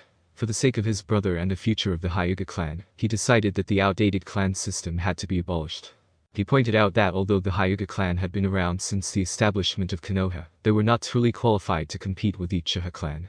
Hiashi criticized the laziness and lack of contribution from some members of the clan, and expressed his support for the branch house members who worked hard to develop the family. These words ignited the branch house members, who felt that being demoted to the branch house simply because they were born a few seconds later was unfair. They believed that if the main house members were wise, powerful, and dedicated to the family's growth, the branch house would have no complaints. Seeing the branch house members becoming more spirited, the timid members of the clan who had been intimidated by White Fang's actions began to find courage. They stood behind the clan elders, afraid to speak out. This scene shocked the remaining clan elders, who started to question what they had been protecting all these years. In the midst of the silence, a childish voice suddenly broke the tension. Everyone turned to look at the source of the voice, and realized that the visitor was none other than the Master Hokage himself. Instantly, they all saluted their revered leader. Chapter 18. And the one who had just spoken was Ryan's new disciple, Uchiha Itachi. Ryan's gaze swept across the remaining clan elders and members. "Itachi, Shisui, remember this," he said firmly. "Whether it's a family or a village, we must evolve. The wheel of time never stops turning, and if we fall behind, we will be left behind. Look at the current situation of the Hyuga clan. Their outdated clan system has not been changed, and as a result, they are trapped, endlessly exploiting the branch house." As Ryan spoke, his eyes focused on the clan members with prominent status and privileges. The seriousness of the Hyuga clan's problems was evident. Eventually, the breaking point will come, Ryan continued. The entire Hyuga clan will crumble and cease to exist. Upon hearing these words, Shisui and Itachi wore thoughtful expressions on their faces. Meanwhile, Hyuga Hiashi approached Ryan, aware that time was running out for the Hyuga clan. Clan elders, do you wish to continue? Ryan asked the disheartened elders, who were still trying to comprehend the situation caused by the new Hokage. The clan elders glanced at each other, resigned to their fate, and nodded. We will follow the patriarch's arrangements, they declared. From this day forward, the main family and branch house will no longer exist. We shall become the Hyuga family, the elders proclaimed. With the elders' resignation, their aged bodies appeared even wearier. Depression loomed over them. However, nobody paid attention to their old age at that moment. As the news of the decision spread, the branch house members erupted in joyous celebration. They cheered, expressing their relief and freedom from the oppressive system. Messages were quickly sent to inform the entire Hyuga clan, and tears of joy streamed down the faces of countless branch house members. In contrast, the main family members wore mournful expressions. They understood that without the distinction of the branch house, they would need to take on missions and face the battlefield without personal protection. They would have to rely solely on themselves. Hyuga Hiashi refused to spare any kindness to these indulgent family members, ordering some clansmen to send them away. With the matter settled, Ryan prepared to leave with his two pensive apprentices. However, before departing, he turned back and spoke to Hiashi, reminding him of a crucial task. After your return, I will send the sealing team to assist in releasing the caged bird seal, Ryan instructed. Make sure to coordinate with the clan elders. With his instructions given, Ryan left the Hyuga clan alongside Shisui. Hiashi readily agreed to the assistance of the Konoha sealing class, realizing that relying solely on a few clan elders to release the seal might take an indefinite amount of time. He also feared that the elders might change their minds over time. After respectfully bidding farewell to Ryan, Hiashi turned his gaze to Uchiha Shisui and Uchiha Itachi, who stood beside the new Hokage. In his eyes, a bright light flickered. No. I can't let the Uchiha clan take all the advantages. Hiashi thought to himself. My Hyuga clan must follow Hokage-sama's lead.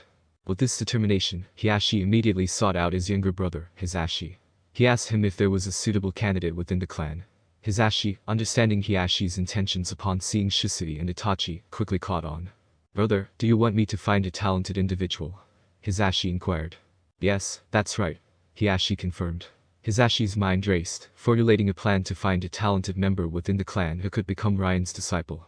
Once accomplished, their Hyuga family would be firmly bound to the Hokage lineage. Brother, give me some time, Hisashi requested. Alright, but be careful. They must possess the talent and a respectable appearance, Hiashi cautioned. With their roles established, Hiashi then turned his attention to the caged bird seal.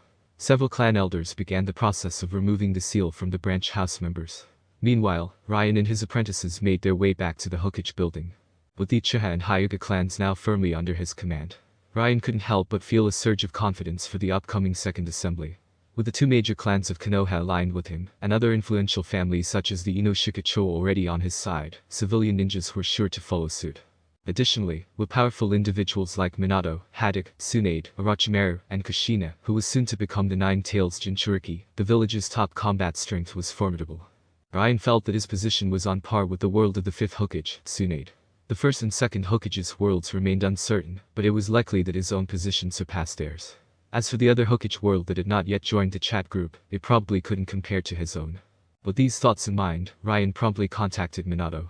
Chapter 19. In the Senju clanland. Brother, why is this happening? Tobirama questioned, his brows furrowing in confusion.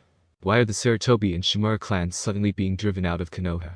He couldn't comprehend the sudden change in their status. Didn't I already send those two brats back to their respective families? Hashirama looked equally puzzled. Senju Tobirama had initially agreed without hesitation when Hashirama instructed him to remove both Sarutobi Hiruzen and Shimura Danzo from Konoha. However, now Hashirama wanted to banish the two families altogether, which left Tobirama bewildered. He couldn't fathom why his elder brother was treating these two families so harshly. If you don't give me a reason, I won't agree this time.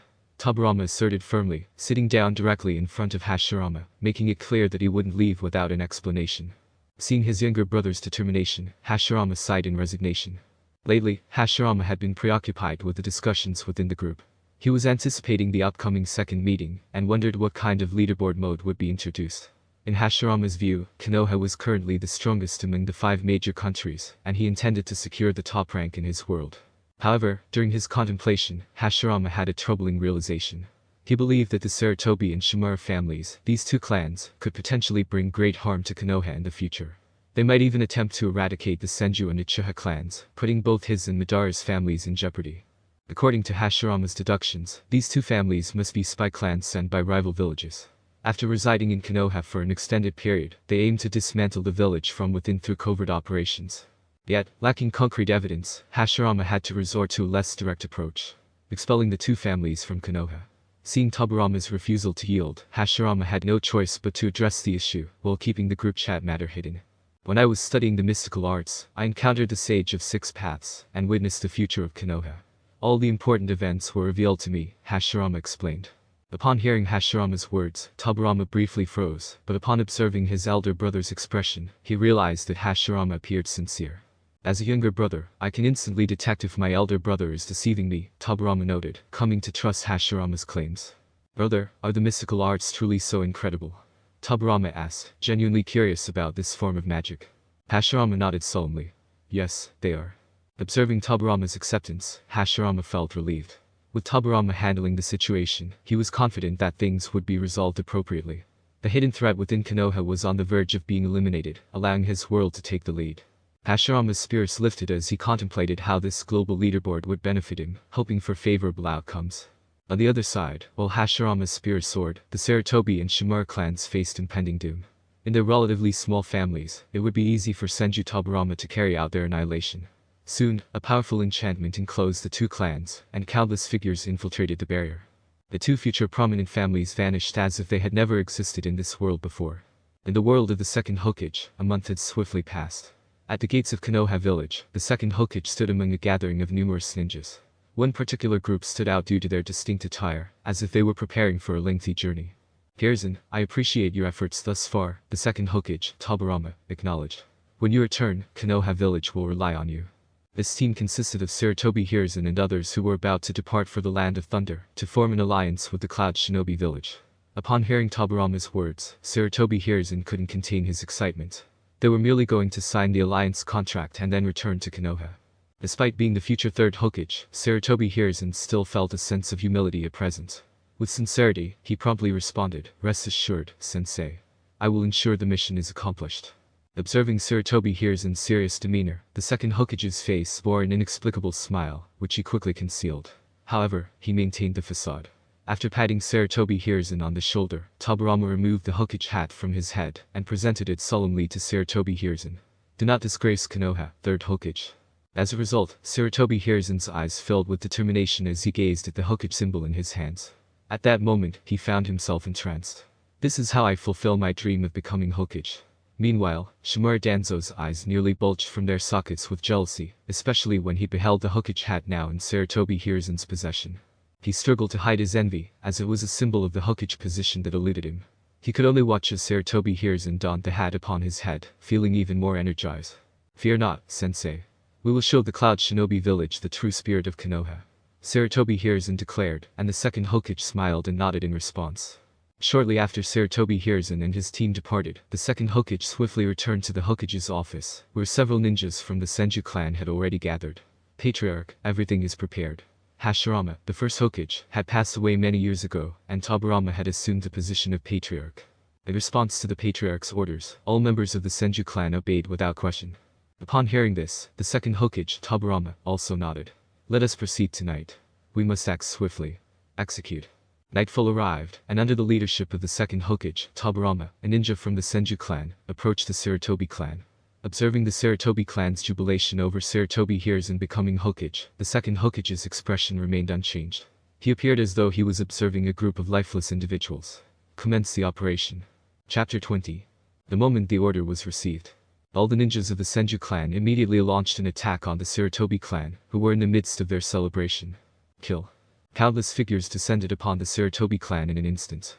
As the uninvited guests suddenly appeared before them, the Sarutobi clan was caught off guard, momentarily frozen in place. This was Konoha, the strongest ninja village in the world. So the Sarutobi clan never even considered the possibility of an enemy attack. After all, who would dare assassinate a family that was under the protection of the Hokage? Who are you? You weren't invited to the celebration, were you? Do you have a special mission? The Second Hokage is still in the village. Amid their confusion and curiosity, the intruders brandished their ninja swords, glistening with a cold light. Slash. Slash. In an instant, multiple lives were lost. and the members of the Sarutobi clan members were left breathless, their expressions frozen in shock. The ground was stained with countless drops of blood. Damn it. It's the enemy. Enemy attack. Enemy attack. What is the Uchiha clan doing? How did so enemy dare to infiltrate Konoha? Go and inform the second Hokage. Faced with the sudden onslaught of enemies, panic spread like wildfire among the Sarutobi clan. Their faces turned pale, and their expressions filled with fear. However, due to the ongoing celebration, many of them were inebriated, which slowed their reactions even further. Moreover, they were facing the most elite ninjas of the Senju clan. After several rounds of battle, not a single member of the Sarutobi clan was left alive. The entire Sarutobi clan had been wiped out. And at that moment, just outside the Sarutobi clan, several Senju ninjas maintaining the barrier nodded to the second Hokage beside them. The second Hokage, awaiting the outcome, also nodded in response. Though his expression remained unchanged, the iron-willed second Hokage would show no mercy to the culprits responsible for wiping out the Senju clan in the future. Once the battlefield was cleaned up, the second Hokage led his forces back to the Shimura clan. What awaited them there was the same fate that befell the Sarutobi clan. Meanwhile, on the way to the Cloud Shinobi village, everyone, move faster. After signing the alliance agreement as soon as possible, we'll return to the village. Sarutobi Hiruzen led the team, pushing them forward relentlessly. They didn't stop for a moment. To avoid exhaustion, they took ration pills to maintain their energy. Their goal was to reach the signing ceremony location as quickly as possible. There was nothing amiss within the Sarutobi clan. However, the ninjas from the Danzo and Shimura clans were reluctant. Hiruzen, this rush pace won't lead us anywhere. Take a break. Let's rest for a while, it won't hurt. The team is exhausted. Upon hearing Danzo's words, Sarutobi Hiruzen, who had envisioned returning to the village and officially becoming the Hokage, frowned. He glanced at Danzo with dissatisfaction, as his beautiful aspirations were interrupted. Have you forgotten what our teacher told us? We must hurry to demonstrate Konoha's sincerity. If we are late to peace talks in front of second Hokage, what kind of impression will that leave? Facing Sarutobi Hiruzen's explanation, Danzo didn't listen to a word. As a long-time companion, Sarutobi Hiruzen knew all too well what Danzo was thinking. It might sound reasonable now, but deep down Danzo knew Hiruzen wanted to return to Konoha quickly and sit on the Hokage's throne. And the more Sarutobi Hiruzen pushed, the more displeased Danzo became. Why should you be the Hokage? I, Danzo, am just as capable. Then take your Sarutobi clan and go ahead. As a member of the Shimura clan, I need to rest. With that, he disregarded Sarutobi Hiruzen and stopped in his tracks. The ninjas of the Shimura clan also halted, following Danzo's lead. This caused Sarutobi Hiruzen, who had recently become the third Hokage, to lose face instantly. As he looked at the Sarutobi clan members behind him, watching his every move, Sarutobi Hiruzen felt anger welling up inside him. Danzo, what are you trying to do? I am the leader of this team. And I am the third Hokage, entrusted by our teacher. If you're dissatisfied, wait until the mission is completed, and then you can report back to our teacher. But for now, as the third Hokage, I order you to keep moving. At that moment, he glared at Danzo even more fiercely. At this point, Sarutobi Hiruzen couldn't afford to consider the close friendship they once shared. He was now the one sitting on the Hokage's throne. And Danzo had no choice but to obey. Seeing Sarutobi Hiruzen suddenly assert himself, using his status as the Hokage to suppress him, Danzo stared at Sarutobi Hiruzen with unwillingness in his eyes. But after a while, it was Danzo who finally bowed his head first. This is military tactics. If you can't take orders from your superior, you do not belong in the military. Witnessing this, Sarutobi Hiruzen ordered the team to continue, maintaining a blank expression. As for Danzo, despite his reluctance, he had no other option but to comply. Soon, the team resumed their rapid pace under Sarutobi Hiruzen's lead. And they arrived at the alliance ceremony site ahead of schedule. However, to their surprise, the place was eerily deserted. The preparations for the alliance ceremony were in place, but there was no one there.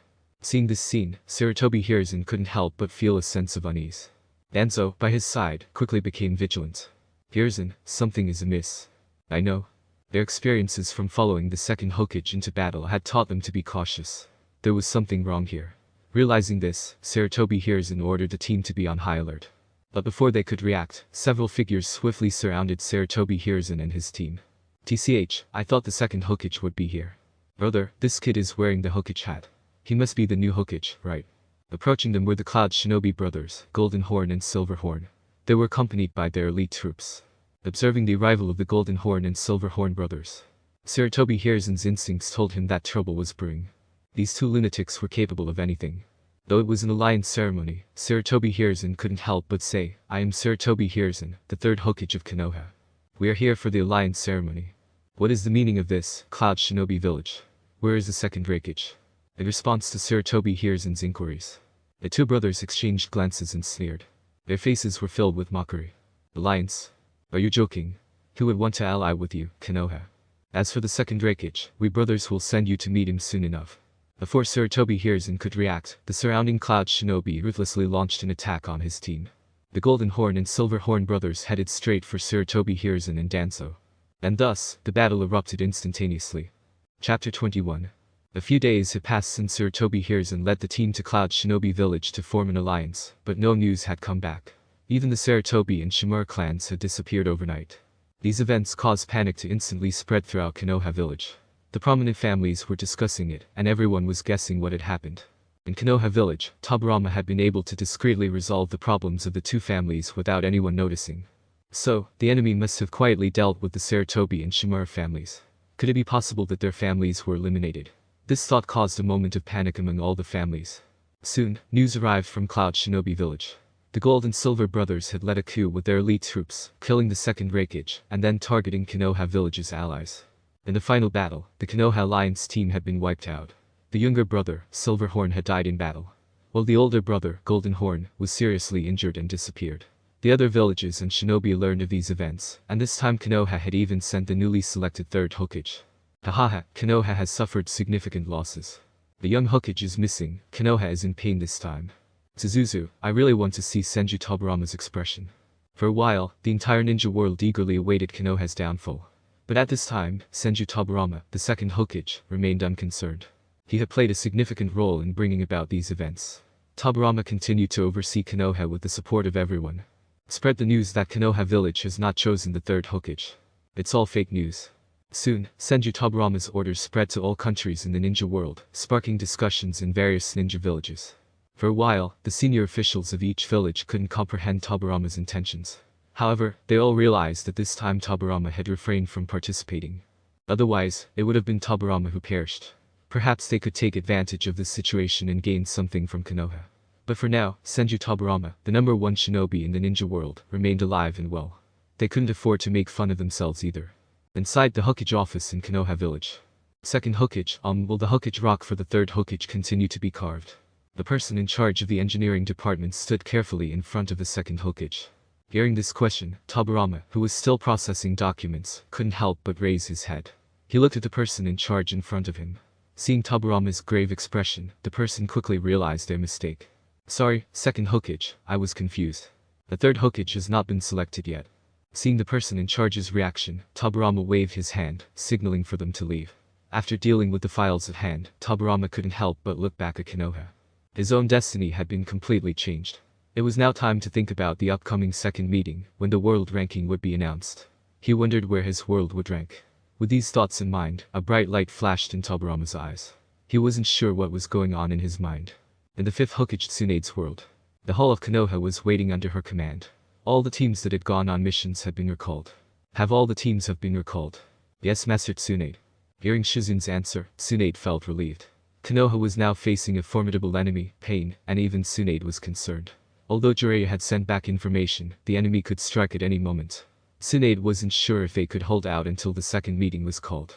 However, Naruto had been sent to Mount Maiboku to learn Senjutsu, and all the other Konoha shinobi had been recalled. Tsunade believed they should be able to hold on until reinforcements arrived. She could only pray that the meeting would be held soon. As for the world ranking function, Tsunade didn't have the mood to think about it. Jiraiya's high combat power had been lost, so she doubted her world would rank highly. It was better not to dwell on it and focus on cross-border mutual assistance instead. In Ryan's Hokage world, Minato finally received a reply from Jiraiya. Master Hokage, Mr. Jiraiya has sent a message.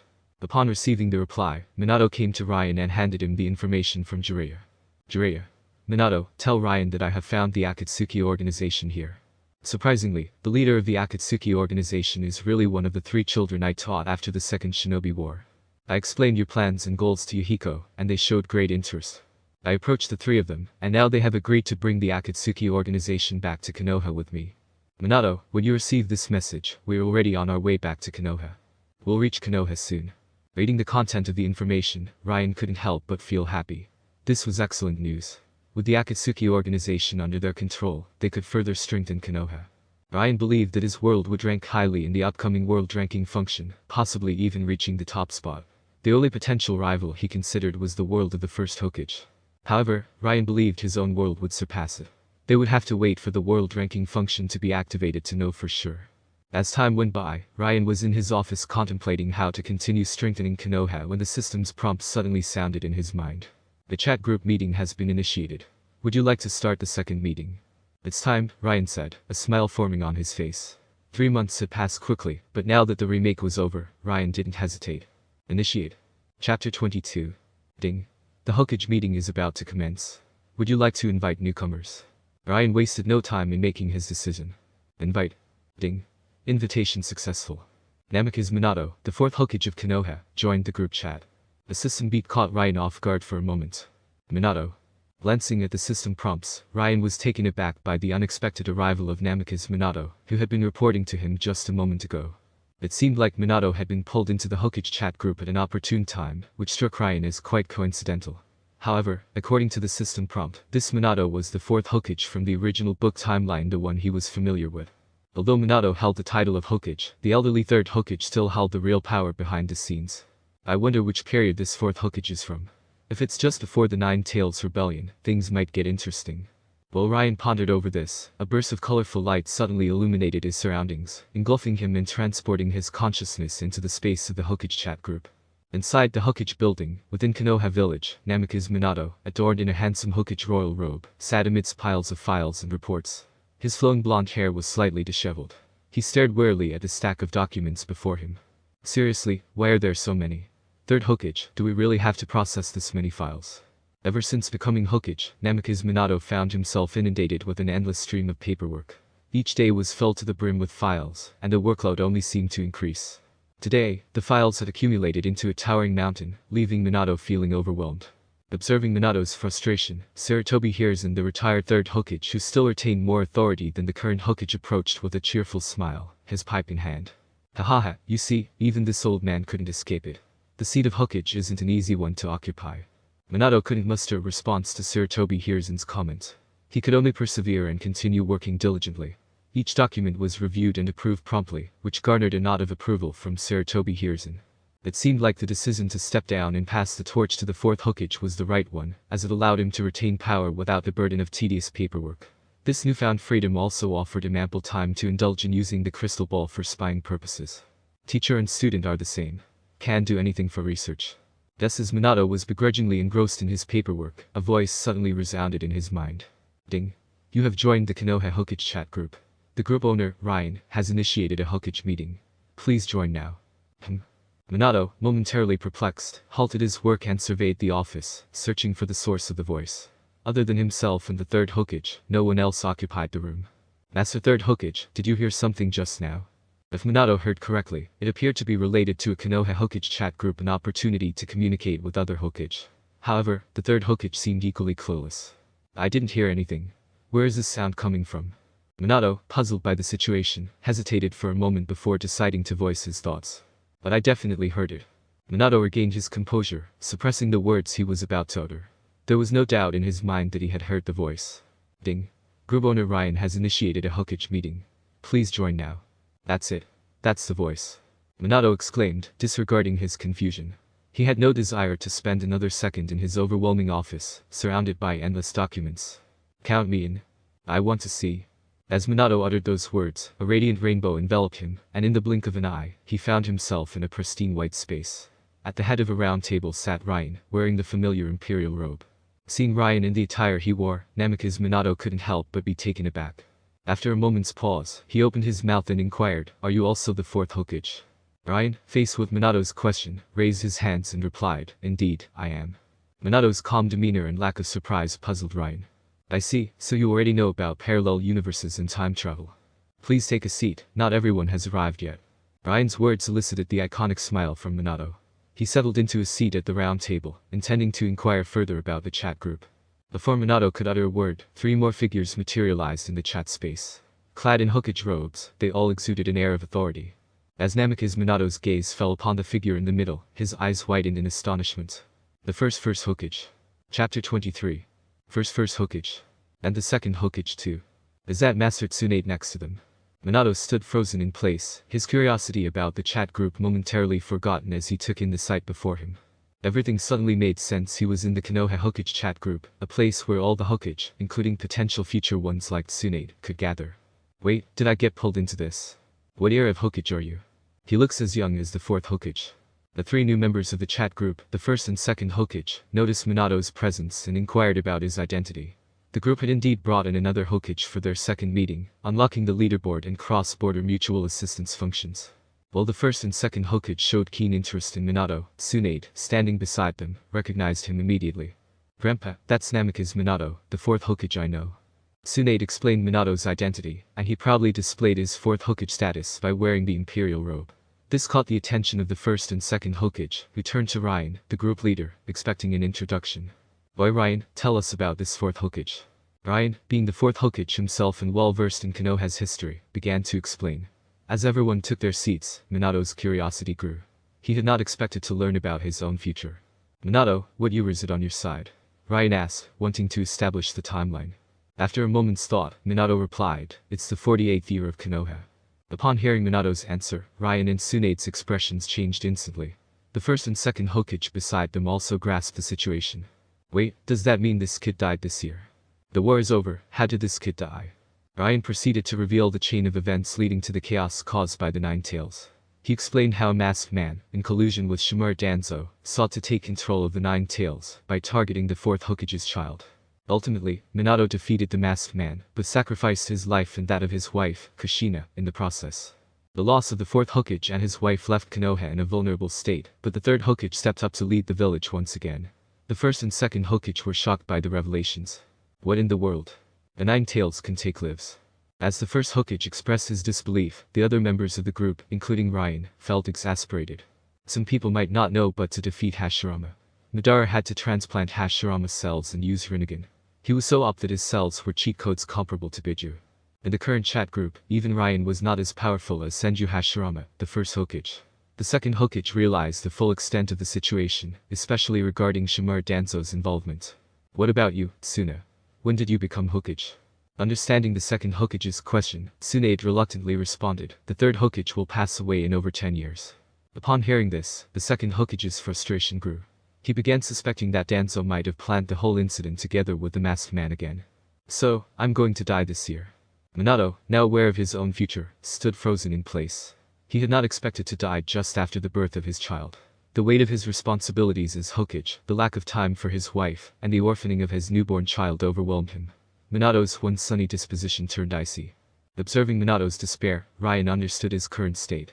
Thanks to his earlier interventions, Sarutobi Hiruzen and Shimura Danzo had been eliminated. Otherwise, Minato would not have fared well. At that moment, Ryan thought of Naruto. Minato, don't you want to know what happened to your son? Startled by Ryan's words, Minato realized the significance and pleaded, Group leader, please tell me. Ryan proceeded to explain that Naruto, before Minato's death, sealed the Nine Tails within himself.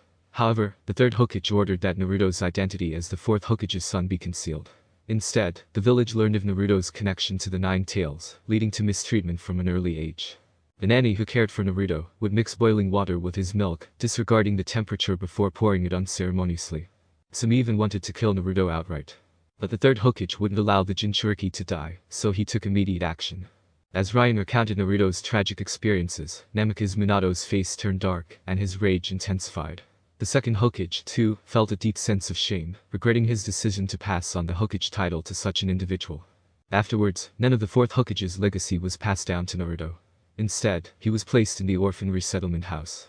He received a meager allowance, drank expired milk, and often went hungry. When he ventured outside, the villagers pointed fingers at him and called him a demon fox. No one wanted to play with him. The only joy he experienced was during the third Hokage's monthly visits to the orphanage. As Ryan finished speaking, a wave of terrifying aura emanated from Namikaze Minato. He no longer resembled the cheerful person known as the Little Sun. Instead, he stood up with a grim determination, his eyes filled with intense killing intent. Seeing Minato's state, Tsunade fell silent. Ryan's account of Naruto's past experiences resonated with her, leading her to reflect on how Naruto managed to grow into the person he was. She couldn't help but feel a sense of relief, knowing that Minato's fury might prevent him from succumbing to darkness and becoming the greatest menace in the ninja world. Understanding Minato's overwhelming anger as a father, Ryan made an effort to calm him. Minato, please take a seat. These events belong to the future, and now you know what lies ahead. Will you allow them to happen again? Chapter 24. Namikaze Minato sat down but started making plans in his heart. When he returns from the chat group, he decided to start preparing countermeasures. Especially the two old guys, Third Hokage and Danzo. I knew I had to come up with swift and deadly countermeasures on my own. As I looked at Namikaze Minato, who was lost in thought, I also realized that everyone else also understood that this kid suddenly knew about such a big surprise in his future. We were all thinking about countermeasures for him in our hearts. However, at that moment, Tsunade hastily turned her gaze towards Ryan. Group leader, there were already 5 people in the chat group, Tsunade said, her biggest concern evident in her voice. Are the other functions unlocked? This was a pressing matter for Tsunade. The first Hokage and second Hokage beside her wore expressions of eagerness. Yes, Tsunade. First, there's world ranking, Ryan replied, his excitement evident. I've been waiting. Even the second Hokage seemed moved by the situation. He too wanted to know how he would fare in the rankings of the several Hokage worlds. The world leaderboard. Minato, who was still pondering countermeasures, suddenly perked up upon hearing the chatter. He realized that the key question lay in understanding the significance of this ranking list. It couldn't be as simple as it seemed, considering the first Hokage and second Hokage were equally eager about it. Observing their reactions, Ryan wasn't one to hesitate. So, everyone, let's start now. He declared, prompting everyone to sit up attentively. With eager eyes fixed on Ryan, a transparent light curtain appeared in front of us in an instant. Do you want to start this world ranking? The curtain asked. Let's start. Ryan's voice rang out, and the light curtain before us began to change. The world leaderboard commenced its ranking. The participation ranking consisted of the world of First Hokage Hashirama, the world of Second Hokage Tobirama, the world of Fourth Hokage Ryan, the world of Fourth Hokage Namikaze Minato, and the world of Fifth Hokage Tsunade. However, there was a note of caution. The preciousness of the leaderboard rewards is related to the world power participating in the ranking. If you want to get better rewards, please increase the power of your respective world as much as possible. Upon seeing this text on the light curtain, everyone's eyes immediately lit up. Sure enough, there are rewards. Someone exclaimed. The fact that the rewards were influenced by all the participating worlds only added to the excitement. It seems the chat group has a bigger purpose than just bringing us together, Tobirama remarked. It's about building a grand Hokage alliance. After Ryan analyzed the situation, he continued, I just don't know whose world will take the top spot. The tension in the room escalated as Ryan spoke. Everyone's expressions became serious as they stared fixedly at the light curtain. I established Konoha. Senju Hashirama thought to himself. I should be able to claim the first place this time. Yes, if you didn't donate the tailed beasts and had your wife in Madara-chan. Defeating you would be difficult even if Naruto comes. Meanwhile, the second Hokage, Senju Tobirama, seemed confident, considering how rapidly Konoha had developed under his leadership. This time it should be me in the first place. He believed. Minato, on the other hand, had his eyes on the first and second Hokage. The first place should be a contest between the first Hokage and the second Hokage, he deduced. As the leader of the fourth Hokage, Ryan's situation shouldn't be too different from his own. However, the opportunities for the first Hokage and second Hokage seemed a bit more promising. As the text on the light curtain continued to change, the moment of unveiling the first place approached. And then, it was revealed. First place. The world of Fourth Hokage Ryan. The words instantly caught everyone's attention. Hey, it's not me. Someone exclaimed, followed by praise for Ryan's achievement. First Hokage Senju Hashirama, as the founder of Konoha, was generous in his admiration for the excellent Hokage of the future. I didn't expect you to take first place, second Hokage Tobirama said, surprised. He had prepared in advance but fell short of his expectations. Chuckling, Ryan responded, it's a fluke. Thanks to my constant efforts to increase Konoha's power, it's finally paying off. The next revelation was the ability to showcase national power, a function that even Ryan hadn't anticipated. This function allowed all the developmental aspects of Konoha to be displayed synchronously. Naturally, Ryan readily agreed to exhibit Konoha's progress. The future prize pool was closely tied to the national strength of all the participating Hokage, so the stronger the worlds became, the better the benefits they would receive. Exhibit. Ryan commanded, and the text on the light curtain changed once more. The first Hokage and others sat upright, rejuvenated with enthusiasm. The display of national power was about to begin. 3, 2, 1. As the countdown ended, Ryan's figure appeared on the light curtain. So amazing. Someone exclaimed. Not bad at all. Let me see how Brat Ryan achieved first place, Hashirama said, eager to inspect the results. Tobirama scrutinized every frame and picture on the light curtain, hoping to unravel the secret behind Ryan's success, and how he surpassed him. Tsunade, on the other hand, watched the excitement unfold, her focus drawn to another function that had been activated. Minato, the fourth Hokage, was the only one wearing an extremely serious expression. He knew that Ryan and he were near contemporaries, and there must be something he could learn from this experience. With that knowledge, he would face the third Hokage and Danzo back in his own world with newfound confidence. As the pictures on the light curtain slowly unfolded, the story continued to unfold. Chapter 25. You were born in Konoha village. Your parents were civilian ninjas. At the age of 2, your parents went out on a mission and sacrificed themselves for Konoha, leaving you a pension and a few ninjutsu. When you were 3 years old, you realized the dangers of the world and began practicing, successfully extracting chakra. At the age of 5, you passed the entrance examination for the ninja school and met Namikaze Minato, who was also a civilian ninja. At the age of 6, you displayed extraordinary talent and applied for early graduation, becoming the top student. As you looked at the light curtain, Ryan continued to grow, little by little, showcasing the display of national power. The curtain showed the lives of the Hokage selected from each world, with the ability to fast forward and replay the events in front of everyone. Not bad. This talent is exceptional. Even in the Sengoku era, only a few can compare to you. Based on Ryan's childhood experiences, Hashirama gave a serious thumbs up, realizing that ninjas during the Sengoku period were trained from a very young age, unlike Ryan's time of peace. Despite that, Ryan managed to emerge as a commoner ninja, earning Hashirama's admiration. The second Hokage, Tobirama, nodded in agreement. Minato, observing the friendship between Ryan and himself in that world, felt relieved. At the age of 7, you had already graduated from the ninja school and spent a year practicing day and night. You took the initiative to learn medical ninjutsu and managed to attract Tsunade's attention, eventually becoming her apprentice. Under Tsunade's guidance, your strength improved rapidly. Tsunade, initially indifferent, was now surprisingly moved. She hadn't expected the Ryan in front of her to be her apprentice. As she carefully looked over the picture, Tsunade looked at Ryan with a touch of tenderness. Although they were not in the same world, since Ryan had revered her as a teacher in that world, he was her disciple. The first and second Hokage were also taken aback by this revelation. As the group leader, they and Ryan had an unexpected connection. This brought them closer together. At the age of 8, due to your extraordinary soul and chakra control, you began studying the nature transformation of the 5 chakra attributes. With Tsunade's help, you successfully mastered all 5 types of chakra nature, and developed powerful ninjutsu like Rasengan, Chidori, and Rikiri, making you stronger than some Jonin. At the age of 9, during the ongoing Second Ninja World War, you accompanied your master Tsunade to the battlefield. Witnessing the cruelty of war, you became determined to work hard to end it. With your incredible strength, you fought and defeated many enemies on the battlefield, although you sometimes felt a bit timid. When the Second Ninja World War ended at the age of 14, your outstanding performance on the battlefield earned you a great reputation. You gained support from the major ninjas and became popular among the civilian ninjas. At this point, you already knew the true colors of Third Hokage Sarutobi Hiruzen and Shimura Danzo, and the Senju clan was merely surviving in the name.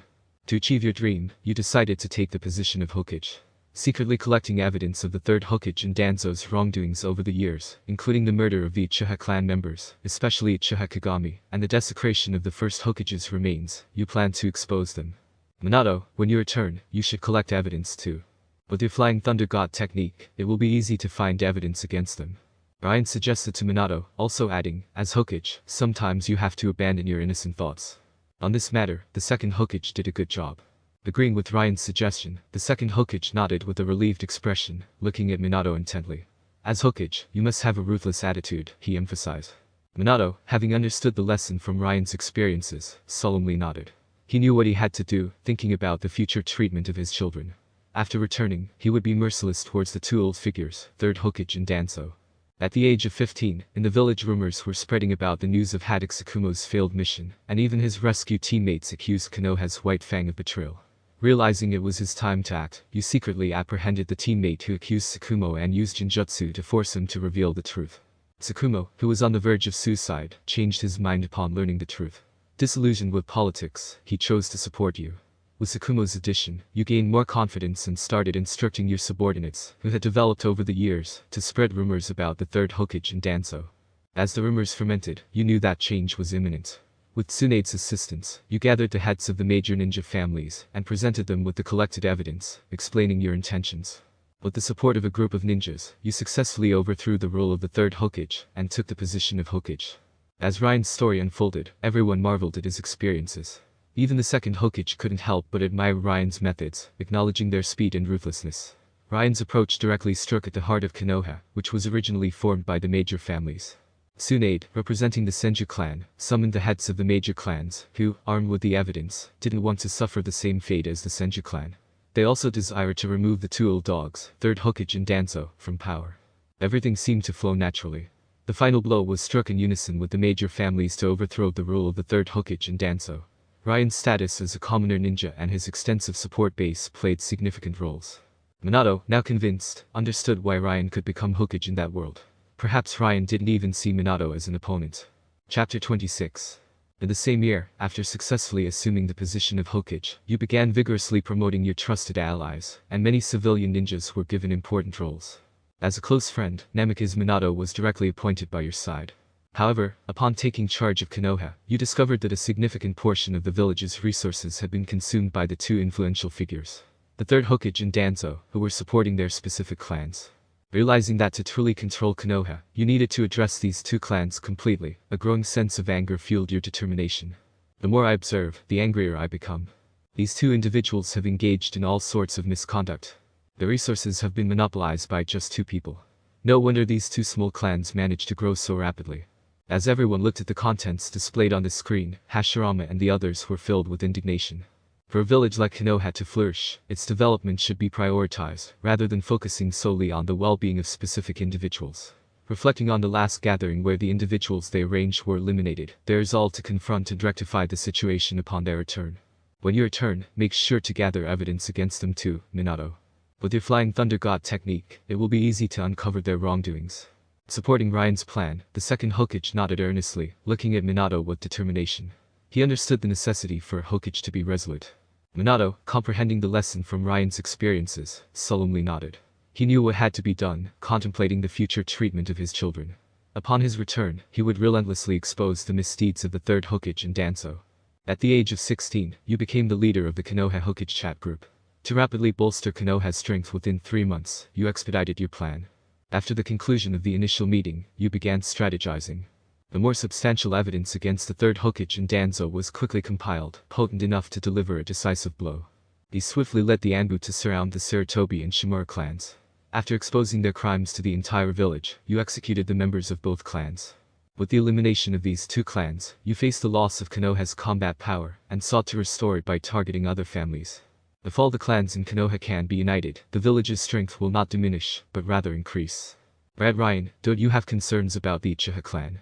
That level of extreme power must be vigilantly monitored at all times. Examining the contents on the light curtain, the first and second Hokage grasped Ryan's intentions. Given the Uchiha clan's contribution in co-founding Konoha with the first Hokage, and their possession of the Sharingan's extraordinary power, the second Hokage had always remained cautious towards them. Although no issues had arisen, there existed a certain level of distrust between the Uchiha clan and Konoha. Additionally, dissenting voices within the clan further exacerbated the situation. This distortion of the second Hokage's initial intent by Sarutobi Hiruzen and Danzo had driven them to oppress the Uchiha clan relentlessly. After all, the Senju clan had already been wiped out by these two individuals. Upon realizing that Ryan's target was the Uchiha clan, the first and second Hokage were genuinely astonished. The second Hokage's wariness stemmed from the notion that the Uchiha clan might still harbor disobedience towards Konoha's Hokage. Ryan chose not to elaborate on this matter, focusing instead on the unfolding events depicted on the light curtain. After eliminating the Sarutobi and Shimura clans, you summoned the head of the Uchiha clan, Uchiha Fugaku. During your interaction, you effectively utilized your political acumen. Beheads the dogs to warn the monkeys and then promised them glory. With this combination of tactics, Uchiha Fugaku stood no chance against you. In an instant, the entire Uchiha clan was grateful to you and pledged their loyalty to your cause. Observing the screen, the first Hokage and others were momentarily frozen in place. Disbelief was etched on their faces. The proud and formidable Uchiha clan had willingly surrendered. Some individuals also noticed key details: the method Ryan employed to deal with the Uchiha clan. Kill the dogs to warn the monkeys. What does that mean? In response to their bewildered expressions, Ryan began explaining, actually, this method is quite straightforward. First, glory refers to enticing someone influential within the opposing clan with rewards or promises. Second, behead is a continuation of the first step. If bribery fails, then eliminate a group of individuals. Their elimination instills fear in others and helps achieve the desired outcome. Third, after applying pressure, offer additional incentives to the surviving members. This way, their loyalty can be secured. After Ryan's explanation, everyone observed the scenes displayed on the light curtain, which corroborated his words. After returning the Uchiha clan's territory to them, the entire Uchiha clan rallied behind you. Moreover, you took Uchiha Shisui and Uchiha Itachi as your apprentices. Since then, the Uchiha clan has remained staunchly loyal to you. This. Is it truly that simple? This approach subdued the proud Uchiha clan. Witnessing Ryan's actions on the screen, Hashirama and the others were astounded. No one had anticipated that the Uchiha clan could be handled in such a manner. No wonder you secured the top position. Tobirama couldn't help but praise, captivated by the events unfolding. Yet, the light curtain continued to shift, revealing a brand new scene. What is this? The Hyuga clan. Chapter 27. After resolving the Uchiha clan issue, you believe it's necessary to bring all the clans under your control. Using powerful means to swiftly address and dismantle the outdated main family and branch house system of the Hyuga family. So far, many other ninja families have pledged their allegiance to you, and the entire village of Konoha is now fully unified. The Konoha Sannin have remained in the village, and Konoha's White Fang continues to serve. As everyone gazed at the content displayed on the screen, they finally realized the significant correlation between national power and high-end combat capabilities. Behind the screen, Hashirama and the others shifted uneasily. The people in the image had to be located and trained once more. It was a talented and strong individual that enhanced one's own influence on the world stage. As the first and second Hokages contemplated how to identify such talents, Minato and Tsunade felt a bit embarrassed. In their world, these individuals were deceived by the third Hokage, and Danzo suffered severe consequences. There was no need to seek them out. Those influential figures who could be summoned by name were no longer around. Tsukumo Haddock, the White Fang of Konoha. Orochimaru is deceived by Danzo after Nuwaki's death. He realized how fragile life can be, and become afraid of death, so started human experiments to find a way to eternal life. Who provided him with these experimental subjects? Danzo Shimar. Shishi Uchiha had joined Anbu en route to become the bridge for Konoha Uchiha when I was taken and committed suicide. Itachi also had similar thoughts by joining Anbu, but was brainwashed to become a double agent. In the end, he loved Sasuke more than the Uchiha clan and killed them all, and became an S-rank missing nin. So what could these two Hokage accomplish? They could only watch as the first Hokage, second Hokage, and Ryan increased the national strength of their respective worlds. The world national strength of Fourth Hokage Ryan is now on display, the screen revealed. The final comprehensive score of national strength stood at 562 points out of 1000 points. Is the upper limit 1000 points? Ryan asked, observing his current national power score of 562 points. He was pleasantly surprised, but he also acknowledged that there was still a long way to go before reaching 1000 points. However, what puzzled Ryan was the criteria by which national power was rated. Can you explain the standards used to score national power? In response to Ryan's question, the chat group's light curtain soon fluctuated, providing an explanation that appeared before everyone. The comprehensive evaluation of national strength is based on the overall might of Konoha within its world. Typically, the overall strength of the ninja villages in the 5 major countries hovers around 200 points.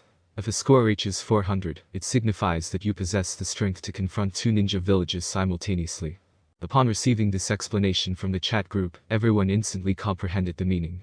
In other words, Konoha in Ryan's world was now capable of confronting 2 ninja villages at the same time, and could even contend with a third village if necessary. With Ryan's national power score revealed, another line of text appeared on the light curtain. Selection completed. Second place. Second Hokage Senju Tobirama's world. It seems my guess was correct. Tobirama remarked, a smile forming on his face upon seeing his own world successfully securing second place. Although he hadn't attained first place, surpassing his elder brother and claiming the second spot was still quite satisfying. You bet that Tobirama was really smug here. I'm sorry, brother, Tobirama said, looking at Ryan with a tinge of resentment. Hashirama, who had high hopes, now wore a disappointed expression on his face. Would you like to display your national power? The chat group inquired. Absolutely. Tobirama responded without hesitation. This is the Konoha I have diligently developed. As the second Hokage, Tobirama had only just begun witnessing the flourishing of Konoha under his leadership, and the rapid transformations were even visible to the naked eye. It was something to be proud of. Tobirama understood that as the Hokage, he must set an example, not just for Ryan, but also for Namikaze Minato, who needed to strive harder. In the 12th year of Konoha, after the elder brother Senju Hashirama's passing, you assumed the role of elder brother, and became the second Hokage of Konoha village. Under your leadership, Konoha began to thrive, entering a phase of rapid development. In the 13th year, you realized the fundamental structure of the village and initiated its development, leading to the establishment of Anbu, the ninja school, and the Konoha security department. By Konoha's 14th year, due to Senju Hashirama's death, the village was already on the verge of conflict, with the other nations preparing to take action. You recognized that the ninja world would descend into chaos once again. In your view, the ninja school became the top priority for Konoha, and you carefully selected a group of loyal ninjas to serve as teachers. Despite your heavy responsibilities, you made occasional visits to the school, recognizing that these children represented the future of Konoha. It turns out that all of this was established by the second Hokage, Minato and Tsunade remarked, expressing their admiration for the series of policies implemented after Tobirama assumed power. They realized that the establishment of Anbu had greatly bolstered the authority of the Hokage, as it handled matters where the Hokage's direct involvement was not possible. Furthermore, the ninja school had become the foundation of Konoha, gradually integrating each ninja clan into the larger Konoha family. It provided an opportunity for civilian ninjas to excel, cultivating many talented individuals. As Minato and Tsunade praised these achievements, Hashirama, who was familiar with Tobirama's political acumen, didn't react much. As the Hokage himself, Hashirama knew that many of the responsibilities were delegated to Tobirama. Observing the success of Tobirama's world, Hashirama nodded with relief, acknowledging his younger brother's capable governance. In Konoha's 14th year, the peace agreement established during the reign of the first Hokage quickly crumbled into uselessness, and the countries began targeting Konoha. The First Ninja War had erupted. After 15 years, you realized that without resorting to drastic measures, the war would continue endlessly. Thus, you unleashed various forbidden techniques you had developed, including reanimation jutsu. Chapter 28. Looking at the decision made by Tobirama displayed on the screen, Hashirama suddenly frowned. He questioned why Tobirama's ninjutsu was referred to as forbidden techniques. When Tobirama told his elder brother about his new ninjutsu research, in Hashirama's view, these techniques were deemed dangerous, especially the ones involving manipulating the souls of the dead. Tobirama. Hashirama called out, and Tobirama could already guess what his elder brother wanted to say. However, this time, Tobirama was not willing to listen, firmly believing that their actions at the time were justified. "Brother, there's no need to explain," Tobirama responded. The situation at that time demanded tough measures. The war would not have ended easily without them. War means death, and such losses were unacceptable for the young Konoha. Even the Ryan and Duo on the side nodded in agreement. During the First Great Ninja War, Konoha faced attacks from all sides, becoming the primary target for all the other ninja villages. They all desired a piece of Konoha's land. Tobirama realized that if he had relied solely on conventional means, Konoha would have been dragged into a quagmire. As for Ryan, he couldn't help but think about the future. Without Tobirama's forbidden techniques, where would the story of the Hokage ninja be? At least Tobirama's techniques provided material for 300 more episodes. Witnessing this, Hashirama remained silent and continued reading, curious to see how Tobirama's methods would unfold. In the 16th year of Konoha, the war reached its peak, with the entire land of fire surrounded by enemies. Tobirama realized that they couldn't continue dragging it on, as it would only lead to Konoha's downfall. So he took charge and led elite troops in a counterattack. With the aid of forbidden techniques, victory became inevitable. Using his full firepower, Tobirama rallied Konoha and employed the Flying Thunder God technique on the battlefield. Since the second Tsuchikage and second Mizukage had perished in the war, Tobirama seized the opportunity and swiftly sent troops to attack their respective countries. With the Flying Thunder God technique, Tobirama's presence was felt simultaneously on both battlefields. They successfully defeated the Land of Earth and the Land of Water, prompting the two countries to sign a peace agreement. After securing victory in those battles, Tobirama's attention turned to the Land of Wind. With the title of the fastest ninja in the world, Tobirama's arrival on the battlefield boosted Konoha's momentum, resulting in a quick defeat of the Land of Wind and the signing of a peace agreement. Now, only the Land of Lightning remained as the final opponent. With the other battlefields resolved, Konoha breathed a sigh of relief, prepared for a prolonged war against the Land of Lightning. As Hashirama observed the events unfolding in the images, he found himself frozen in place. He never expected the situation to turn out this way after his death.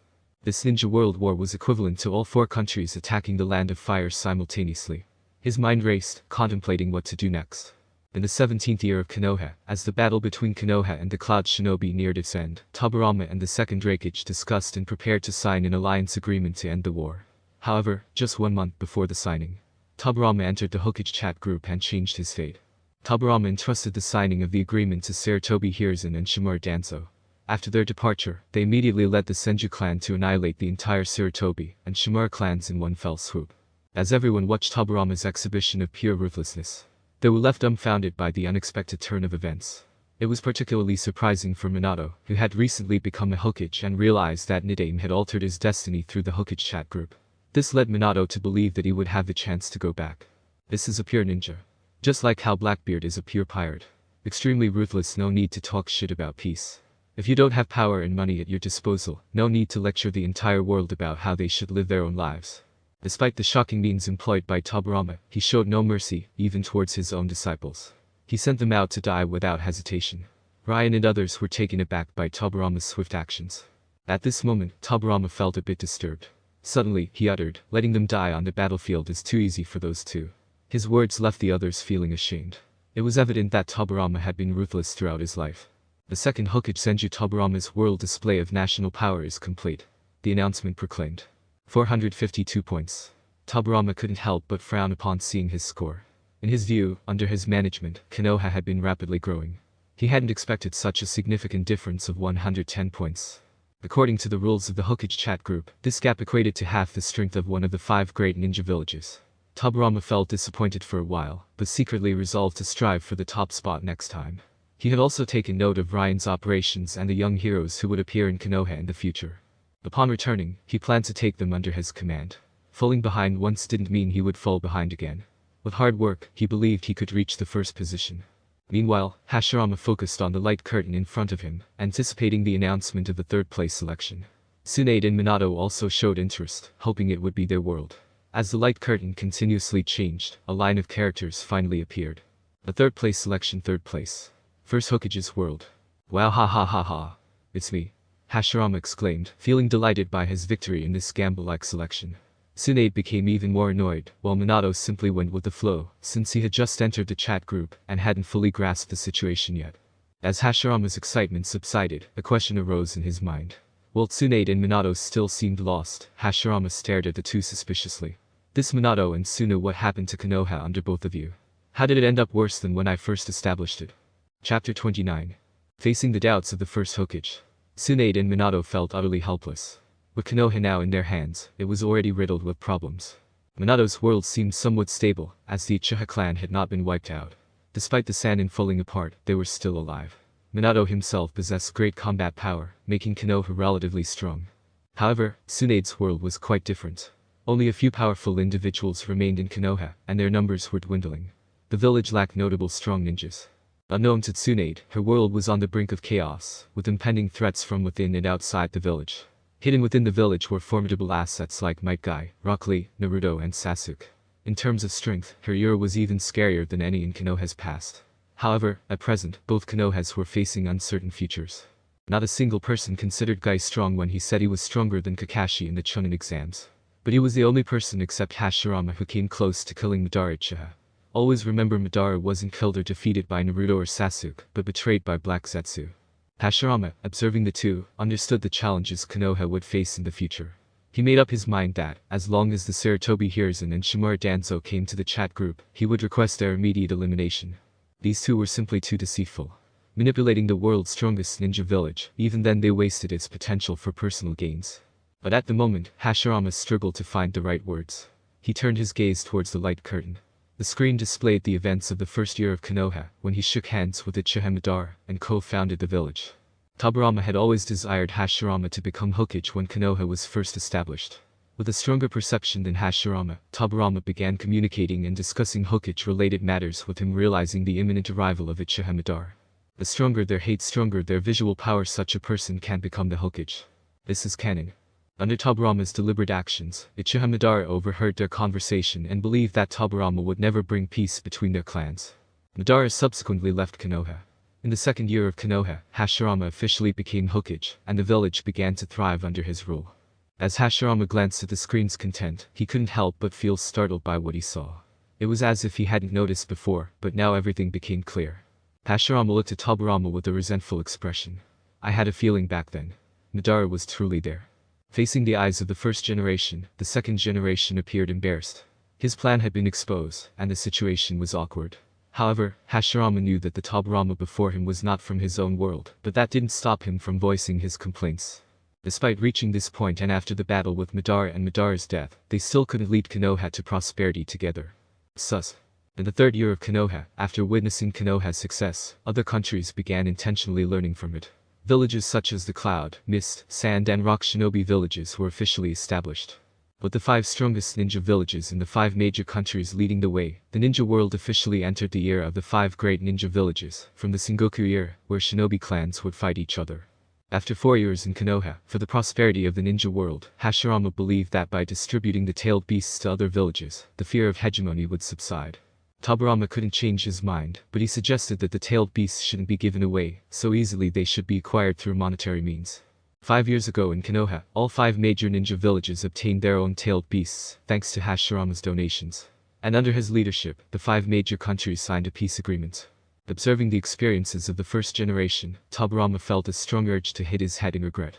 He realized he should have been more resolute and kept all the tailed beasts. Where would the war be now?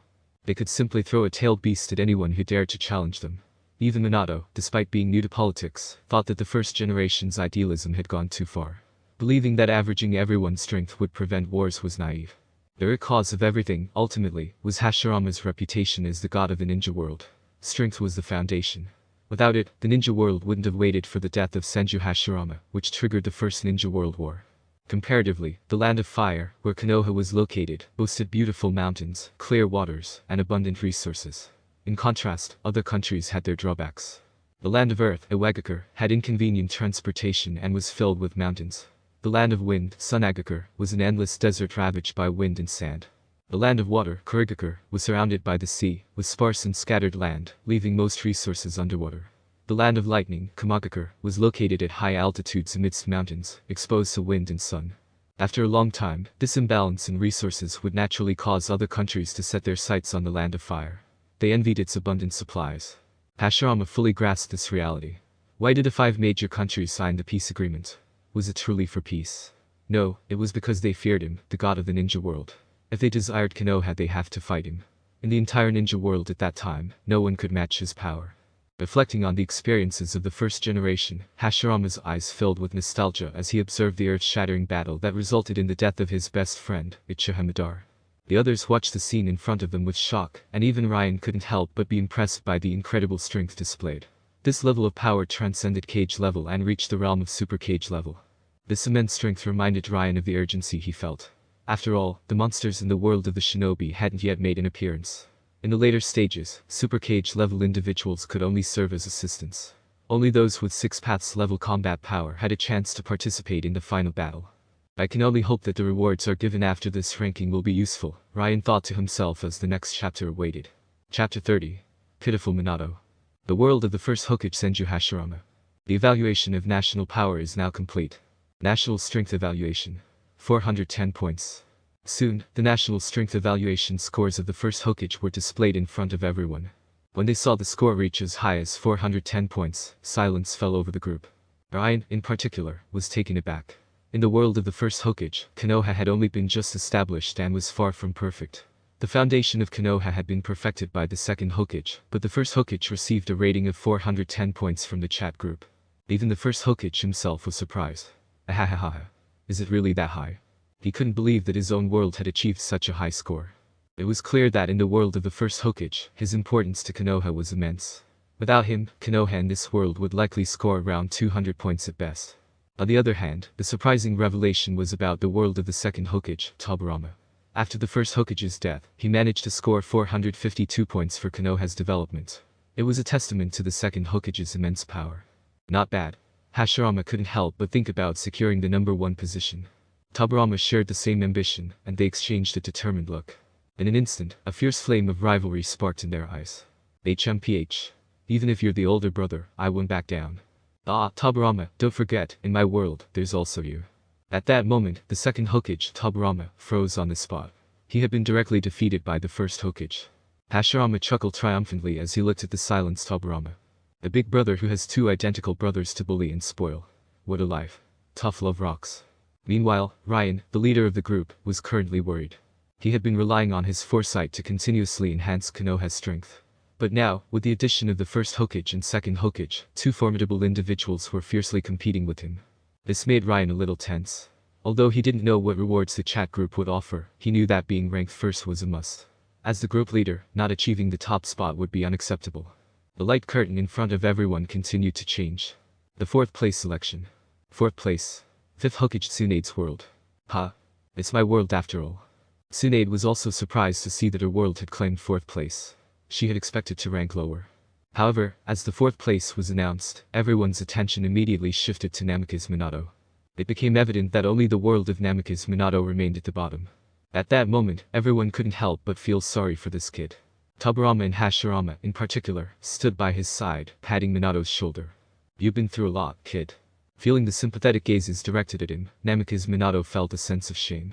As Hokage, he was truly powerless in his own village. As the episode progressed, everyone's focus returned to the light curtain. Especially the first and second Hokages were eager to see how Tsunade would manage Konoha. Hashirama couldn't help but think about his granddaughter's future. I must carefully observe her future. Konoha 64. The joint Chunin exam held by Konoha village has concluded. The third Hokage was killed by the traitor Orochimaru. The village recommended you as the fifth Hokage, looking at Konoha, which is full of holes, giving you a headache for a while.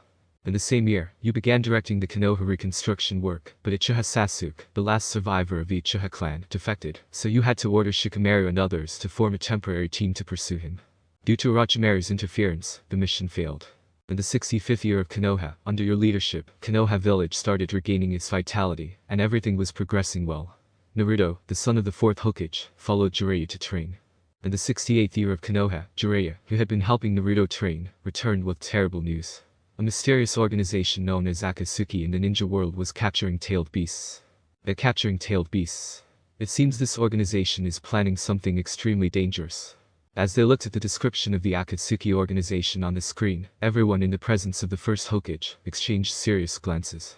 Hashirama used one wooden hand of the 1,000 armed cannon to subdue 9 tails, and then defeated Madara. His cells were literally cheat codes for Obito and Orochimaru, and Madara was only able to defeat them after biting his flesh in the Valley of the End and having a Hashirama face on his chest. So to defeat Hashirama you have to eat Hashirama. Their expressions turned grave. Tsunade remembered mentioning that Konoha was now facing the threat of Pain, the leader of the Akatsuki organization. That's what you were worried about, Tsuna. What a dangerous group. Upon hearing the first Hokage's words, Tsunade also nodded with great seriousness.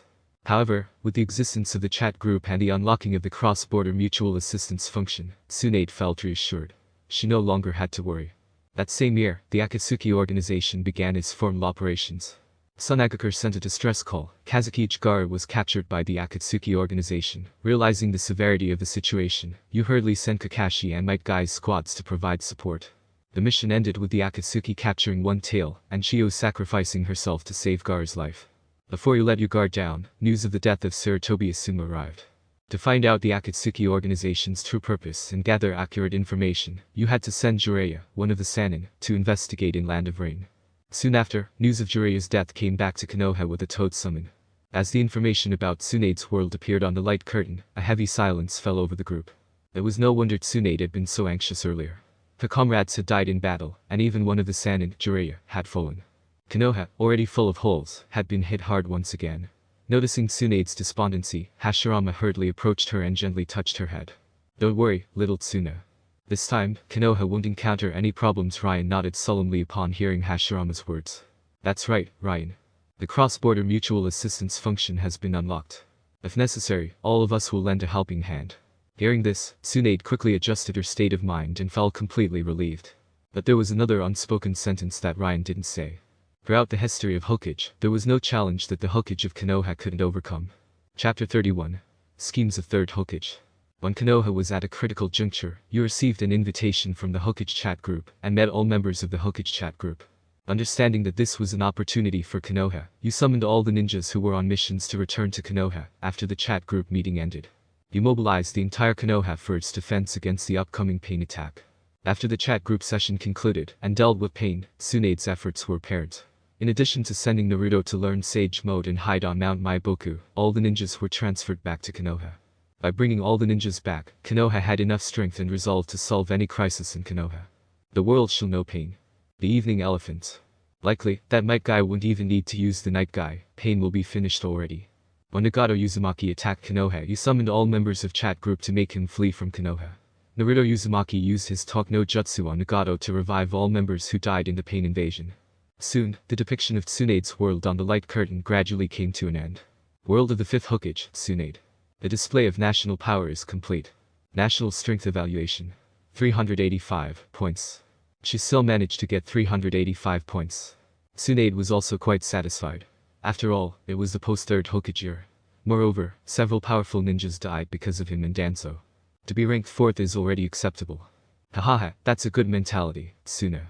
Hashirama smiled in relief upon hearing his granddaughter's words. However, as the power of Tsunade's world was displayed, Namikaze Minato, the only one remaining, seemed a bit awkward. The four gazes of Hokages immediately fell on Namikaze Minato. This Minato. Cheer up, solve the third Hokage problem as soon as you go back, and then develop Konoha. Don't be too sad. The optimistic first Hokage also encouraged Minato and patted him on the shoulder. Minato wanted to cry but had no tears. He knew he was the last one, but that was because, in his world, the third Hokage was still in power. Soon, the light curtains started to change. 5th place. Fourth Hokage Namikaze Minato's world.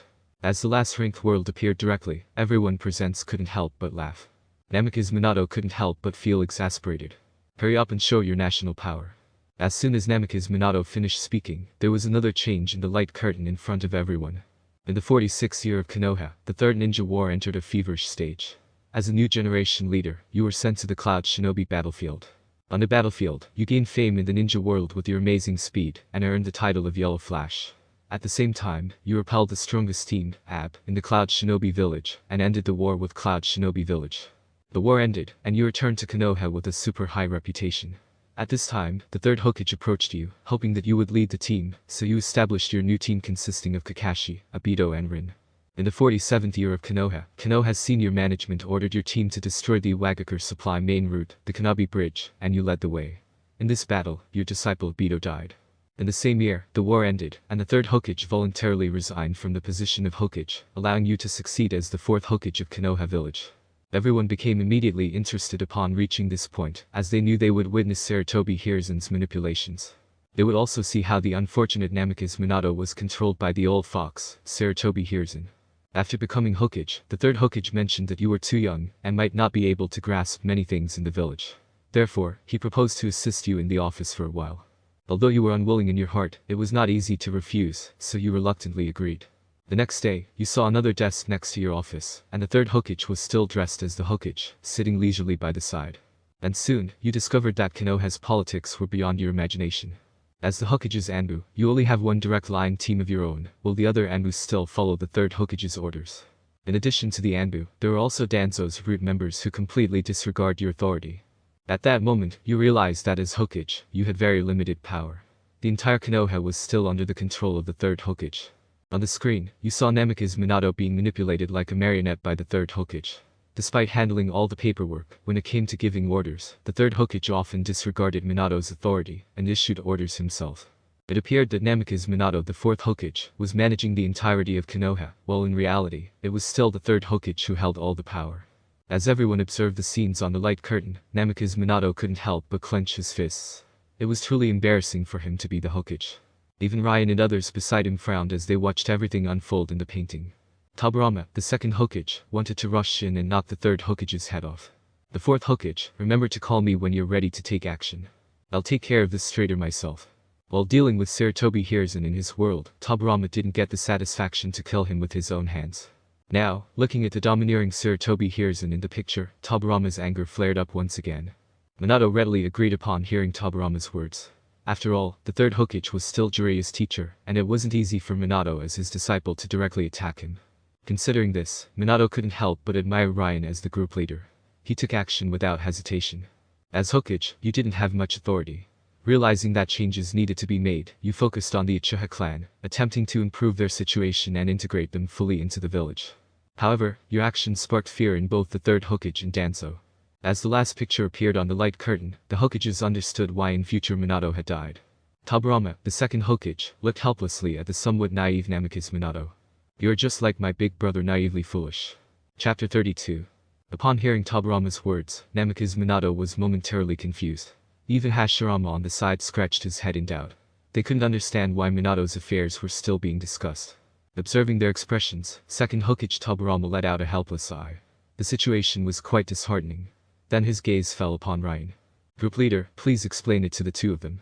According to second Hokage Tobirama, Ryan was the one he admired the most among the current Hokage in the group. Ryan's intelligence and skills made him shine brightly. Ryan, who had been observing the play, nodded in agreement upon hearing Tobirama's request. Under the puzzled gazes of Hashirama and Minato, he began speaking. "Minato, have you ever wondered why you've been targeted repeatedly?" Upon hearing Ryan's words, Minato pondered for a moment and then shook his head. As someone who lacked authority, he believed he had no say in the matter. "The truth is, you lack rights," Ryan explained. Your attempts to establish contact with the Uchiha clan and Mikoto, even foster friendships with their Hokage's wife, who happens to be the Nine-Tails Jinchuriki, have made you a target. As a strategic asset of the village, how could the third Hokage and Danzo tolerate the Uchiha clan's involvement with the Nine-Tails? Furthermore, Ryan pointed out that Minato's lack of authority as Hokage was a critical factor in his predicament. Upon realizing the implications, Minato's expression changed instantly. Ryan's words had struck a chord, and he finally understood. Do you understand now? Ryan asked. Minato's face displayed anger and frustration. But isn't the Uchiha clan a part of the village? While Minato innocently expressed his thoughts, Ryan didn't deny that the Uchiha clan should indeed be treated as a part of the village. However, in your world, the third Hokage is in power, Ryan clarified. The third Hokage and Danzo, being old men, intend to eradicate the Uchiha clan. And you, naively wanting to change the Uchiha clan, have become an obstacle to their plans. If Uchiha supports you, then the entire Uchiha police force will also support you. With Jinchuriki as a wife and Sanin like Jiraiya as a teacher. And lastly, you are a civilian orphan who has risen to the seat of Hokage. Your authority will be above the likes of the elder group within Konoha. Ryan didn't need to elaborate any further. At that moment, Minato understood that everything had happened because he had attempted to alter the Uchiha clan's status quo. Now do you think you can change the status quo of the Uchiha clan? And will the likes of Hiruzen and Danzo will let it happen? Ryan asked. Minato fell silent. He realized that his previous self had been too naive. Regret was etched on his face. Observing Minato's expression, Ryan nodded in satisfaction. The fact that Minato had recognized his mistake meant that there was still hope for him. Remember, Minato, Ryan said firmly. After this meeting is over, go back and deal with the third Hokage and Danzo as soon as possible. Claim your rights. Having a sword without using it is completely different from having no sword at all. Ryan's words struck a chord not only with Minato, but also with the first Hokage, second Hokage, and Tsunade. The statement resonated deeply within them, hitting their souls directly. The second Hokage stared at Ryan with fiery eyes, as if he had found a kindred spirit. I see, he exclaimed. At that moment, Namikaze Minato felt as though a whole new world had opened up to him. Numerous plans flooded his mind, and he eagerly awaited the end of the chat group meeting to set them in motion. Fourth Hokage Namikaze Minato World. The display of national power was complete. National Strength Evaluation. 333 points. With the unveiling of Minato's world rating on the light curtain, everyone was astonished. Although Minato was merely a puppet Hokage, being rated at 333 points was already remarkable. With Minato's world rating revealed, the national power of the 5 worlds had been fully showcased. Everyone's eyes were fixed on the light curtain, filled with anticipation for the rewards that awaited them. The top 5 Hokage world ranking concluded. Highest national strength evaluation. 562 points. Prize pool level. First level world prize pool. The rewards are being calculated. Everyone's hearts raced with excitement. Several individuals were particularly eager to see the rewards this time, and among them, Ryan, who had claimed first place. I wonder what awaits us in the first level world prize pool, Ryan pondered. I hope it's something that can further strengthen me. He yearned for rewards that would enhance his strength. Otherwise, as the later stages of his Hokage journey approached, he feared his peak age level strength would be insufficient. Soon, the words on the light curtain changed again, capturing Ryan's and others' attention. Reward settlement completed. First place. Fourth Hokage Ryan World. Optional rewards. Choose 3 out of 5. Chapter 33. Reward settlement completed. First place. Fourth Hokage Ryan World. Optional rewards. Choose 3 out of 5. Reward 1. Sage Body. Reward 2. Rinnegan. Reward 3. Perfect Sage Mode Method. Reward 4. The can of senzu beans, which can instantly restore all injuries and physical strength. Reward 5. Sharingan with the perfect sync. Hiss. As the chat group revealed the rewards, the 5 people sitting there widened their eyes in an instant. Everyone gasped in awe. Who would have expected such generous rewards from the chat group? Thus the first 2 options alone are enough to bring chaos to the ninja world. Sage Body, the legendary body of the Sage of 6 Paths. Rinnegan, final evolution to the strongest eyes in the world of shinobi. Such rewards, even Hashirama couldn't help but feel envious. Tobirama, standing beside him, had his eyes turning red with envy. He was consumed with jealousy, shedding tears of envy. One could mistake him for a member of the Uchiha clan with those red eyes. Is this the reward for first place? This is too much. Rinnegan mythical eyes of Sage Paths. Tsunade and Minato also displayed envy in their eyes. If they were to receive the rewards for first place, even the third Hokage or Pain wouldn't stand a chance against them. They could easily overpower them. Initially, they had speculated that the chat group might bring them some benefits. But who could have anticipated such incredible rewards? Ryan, the first place winner, was shining his teeth brightly. Just like the green beast of Konoha. The corners of his mouth curled up with excitement. If it weren't for the madness of the jealous first and second Hokage, Ryan might have burst into laughter. The 5 rewards offered by the chat group were undoubtedly extraordinary. Among them, the weakest was probably the senzu beans, but with senju beans, one's life was practically secured. And here they were presented with an entire can of senzu beans. However, Ryan wouldn't choose them. The first choice was obvious. Sage body. Possessing a sage body meant having immense vitality and chakra. Although it was somewhat related to the bodies of the Senju and Uzumaki clans. Only 4 individuals in the Hokage formula book possessed a genuine sage body. The sage of 6 paths, 6 paths Madara, 6 paths Obito, and 6 paths Naruto. Everyone else had a watered-down version of it, the strongest being Hashirama's. And he could heal anyone on the battlefield without weaving a single hand sign.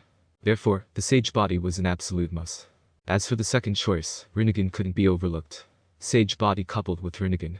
In due time, he could become another sage of the 6 paths. With these 2 abilities, he had the potential to participate in the 4th Ninja World War. The remaining 2 rewards are a perfect sage mode method and a perfectly fitting Sharingan. Comparing the 2, Ryan was more inclined towards the perfect sage mode method. Since the chat group mentioned it as a perfect level sage mode method, it should mean abandoning the side effects of sage mode, providing a method to practice sage arts without any drawbacks, and activating it instantly. As for the Sharingan, he will already have the Rinnegan. Whether to choose it or not was inconsequential. Moreover, the perfect fit Sharingan mentioned here hadn't yet reached the magic use stage, so it held little significance for him. With these thoughts in mind, Ryan made his decision. I choose Rinnegan, Sage Body, and Perfect Sage Mode Technique. As Ryan conveyed his choices to the light curtain before him, success was met with his selection. Congratulations on acquiring Sage Body, Rinnegan, and Perfect Sage Mode Method. The rewards will be distributed uniformly after the meeting. Observing the text displayed on the light curtain, Ryan's smile grew wider. As expected of a cheater, he received such remarkable rewards on his first attempt. Now, upon returning, his strength would likely skyrocket to the Super Cage level easily. Once he became familiar with and mastered the Sage Arts, he might even surpass the 6 Paths level. This journey to the chat group had truly yielded fruitful gains. With these rewards, there shouldn't be any surprises next time. He contemplated inwardly. Ryan's confidence soared. With these 3 rewards, his strength experienced an immediate surge. It was difficult to fathom how other worlds would ever catch up. With the selection of Ryan as the first place winner completed, Tobirama, who had been enviously yearning for his rewards, now stared expectantly at the light curtain before him. The rewards for first place are so astounding. The second place shouldn't be too far behind. Considering this, second Hokage Tobirama's hope soared as he fervently prayed in his heart. Soon, the light curtain began to change. Second place. Second Hokage Senju Tobirama World.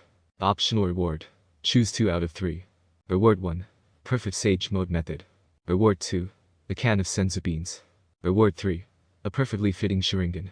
Gazing at the text appearing on the light curtain, Tobirama hadn't anticipated such excellent rewards for second place. All of them were selected from the first place options. However, the only unfortunate aspect for the second Hokage was the absence of Sage Body and Rinnegan. Those 2 rewards filled him with envy. It was a pity they weren't available in the second place selection. Nevertheless, the second Hokage understood. Although slightly inferior to first place, these rewards held considerable interest for Tobirama. Choose quickly, Tobirama, hurry up. Just as Tobirama contemplated which 2 to select, Hashirama beside him impatiently urged him on. Hashirama, who initially hadn't paid much attention, now became intrigued by the abundant rewards provided by the chat group. It was akin to gambling, aware of the numerous valuable possibilities. But Hashirama was impatient. At this moment, he was eager to discover what rewards awaited the third place winner. Tobirama didn't hesitate upon hearing the words, and immediately addressed the chat group. I choose the perfect Sage Mode Method and Sharingan. Among the 3 options, Tobirama swiftly made his decision after weighing the pros and cons. Although a jar of senju beans was precious, in Tobirama's world, his brother had already passed away, rendering them useless. Thus, he chose the other 2. Success in the selection. Congratulations on obtaining the perfect Sage Mode Method, Sharingan. The rewards will be distributed uniformly after the meeting. Chapter 34. Rewards and Conclusion. Upon seeing Ryan and Tobirama receiving their rewards, Hashirama was unable to contain his excitement and eagerly turned his attention to the light curtain. However, his childlike behavior amused everyone, and they couldn't help but laugh. Tobirama, in high spirits, couldn't help but helplessly cover his face. He called out to his brother, but Hashirama waved him off, indicating he should remain silent. Hashirama's eyes remained fixated on the light curtain, eagerly awaiting his rewards. A gambler will always remain a gambler. They don't gamble to earn money but to feel the excitement and fear of the game. Suddenly, the text on the light curtain changed, catching Hashirama's attention. His eyes lit up with anticipation as he read the announcement. Third place. World of the First Hokage Senju Hashirama. Optional rewards. Choose one of two. Reward 1. Perfect Sage Mode Method. Reward 2. The can of senzu beans. There is no Sharingan. Upon seeing the rewards, Hashirama's face fell instantly. He looked at the light curtain in disbelief, wondering why he could only choose one reward, and why there was no mention of Madara's Sharingan. This revelation left everyone speechless for a moment, realizing that Hashirama seemed to be risking his life with his choices. They had assumed Hashirama would choose the fairy beans, considering the condition of his health. However, Hashirama surprised them all by fixating on the perfectly synced Sharingan, a choice that seemed reckless and dangerous. It was clear that Hashirama didn't care about his safety. Disappointed with the absence of the Sharingan and left with only the choices of the Sage Arts method or the senzu beans, he reluctantly settled on the senzu beans. Because he already had a proper sage mode which was very compatible with his wood style. With a desolate expression and a depressing pose, Hashirama sat in his seat, seemingly lost in his thoughts and drawing circles in the corner. Despite the prospect of the senzu beans restoring his body, he remained discontented. The selection was successful, and Hashirama received a can of senzu beans as his reward. The rewards would be distributed uniformly after the meeting concluded. In this universe, the bond between brothers is supreme. Hashirama and Tobirama, Madara and Izuna, Himura and Hagoromo, Indra and Ashura and their reincarnations. Sometimes this brotherly bond goes beyond it. Danzo and Hiruzen, Kakashi and Guy, Reikage and B. A similar can be seen in Toriko, the so-called bromance. With the announcement of the third place winner, the light curtain in the chat group changed once again. It was time to reward the last two worlds. Everyone eagerly watched as the light curtain transformed. Fourth place. The world of the fifth Hokage Tsunade receives a guaranteed reward. Reward. Perfect Sage Mode Method. Fifth place. The world of the fourth Hokage Namikaze Minato receives a guaranteed bonus. Reward. Perfect Sage Mode Method. Both Tsunade and Minato received the same reward, Perfect Sage Mode Method. Although not among the top three, they were satisfied with their rewards. Tsunade, especially, appreciated the guaranteed bonus, and Minato was grateful for a more detailed Sage Mode Method compared to what he had in his world. With all the rewards distributed, the Hokage were elated. It was time to wrap up the meeting. Alright, everyone, the rewards have been received. If there's nothing else, we can conclude this meeting. See you next time, Ryan declared. The first and second Hokage were eager to return and explore their rewards. Seeing their eagerness, Ryan nodded in agreement. However, Tsunade, who had just realized something, interrupted their departure. Wait, group leader. We saw the function of the world leaderboard. What about the other function? Tsunade asked. This question sparked everyone's curiosity, and all eyes turned to Ryan for an answer. Ryan promptly displayed the information about the cross-border mutual assistance function on the light curtain. The cross-border mutual assistance function will be unlocked after each meeting during the cooling-off period. Each Hokage world can seek assistance from other worlds. Hokage who come to support can only stay in the requesting world for one day, the message explained. Tsunade felt relieved, her worries put to rest. Konoha now had the means to seek help from their predecessors in times of crisis. The potential confusion among invaders would be an added advantage, as even the residents of Konoha would be perplexed by the appearance of past Hokage. With a sense of relief, Tsunade and the others were satisfied. Ryan concluded the second Hokage meeting, bidding everyone farewell. Until next time, everyone. With a single thought, Ryan ended the meeting, and the Hokage saw colorful rays of light enveloping them. When they opened their eyes, they found themselves back in their respective worlds. Simultaneously, the rewards they obtained from the world leaderboard were instantly distributed to each Hokage. As they held their rewards, everyone felt a sense of joy. However, a strong determination to compete for the top three positions emerged within them. The reward gap between the top three had motivated them all. And so, the second Hokage chat group meeting came to an official close. Chapter 35. World of the First Hokage, Senju Clanland, Konoha.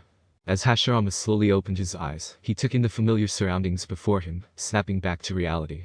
I didn't expect the world rankings to bring such a big surprise. It was unexpected, Hashirama exclaimed, reminiscing about everything that happened in the Hokage chat group. Just then, the familiar system prompt resounded in his mind, grabbing Hashirama's attention once again. Ding. Rewards have been issued. Please pay attention and receive them, the prompt announced. Hearing the voice, Hashirama's eyes sparkled with excitement. It's here. He exclaimed, hastily choosing to accept the rewards. He knew that this was something that could heal his body. If his body could recover, he would pass on Konoha to Tobirama and focus on strengthening the village's power. The thought of securing the top position in the next meeting filled Hashirama with determination. The first place reward was something even Hashirama, known as the god of the ninja world, would envy. It was the first reward offered on the world leaderboard, with the promise of even better rewards in the future. Strong nations could even obtain rewards from the second and third tier worlds. Plus if he got the Sharingan, what face will Madara and Tobirama make? Hahaha. With a burst of colorful light, an unremarkable jar appeared in front of Hashirama. It was about the size of a human head. Curiosity piqued, Hashirama eagerly opened the lid. Inside the jar, he found a plethora of jelly beans. As he picked one up, he couldn't help but wonder how such small beans could have such miraculous effects. However, since it was a reward from the chat group, he trusted that they were genuine. Without hesitation, Hashirama threw one of the beans into his mouth, savoring the moment. The senzu bean instantly unleashed a surge of tremendous vitality throughout Hashirama's body. What a terrifying life force! Hashirama exclaimed, wide-eyed and stunned by the sudden surge of vitality. In an instant, the senzu bean healed the hidden illnesses, injuries, and physical deficits that plagued Hashirama. His body was restored to its full strength, and he could feel a powerful aura emanating from within him. The sudden and overwhelming aura alerted the ninjas patrolling the Senju clan, who quickly gathered upon sensing the terrifying presence. Enemy attack. Who dares to attack our Senju clan? It seems to be the Patriarch's mansion. Quick, notify Tobirama-sama immediately. The ninjas exclaimed, prepared to defend their clan. Before they could take action, Senju Tobirama appeared in a flash of blue light, using the Flying Thunder God technique to reach Hashirama's side. Damn it, that place is Big Brother's room. Follow up as soon as possible. Don't let any enemies escape. Tobirama commanded his forces solely on protecting his brother. Witnessing the alarming aura in Hashirama's courtyard, Tobirama was initially taken aback. However, his worries vanished as he realized that the source of the aura was his elder brother, Hashirama. Brother Tobirama burst into the room, relieved to see Hashirama fully restored. His guess had been correct, his elder brother's body had indeed recovered.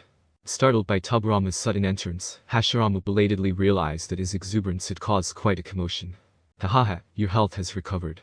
I knew you'd be fine, brother, hahaha. Tobirama exclaimed with joy, genuinely happy about Hashirama's recovery.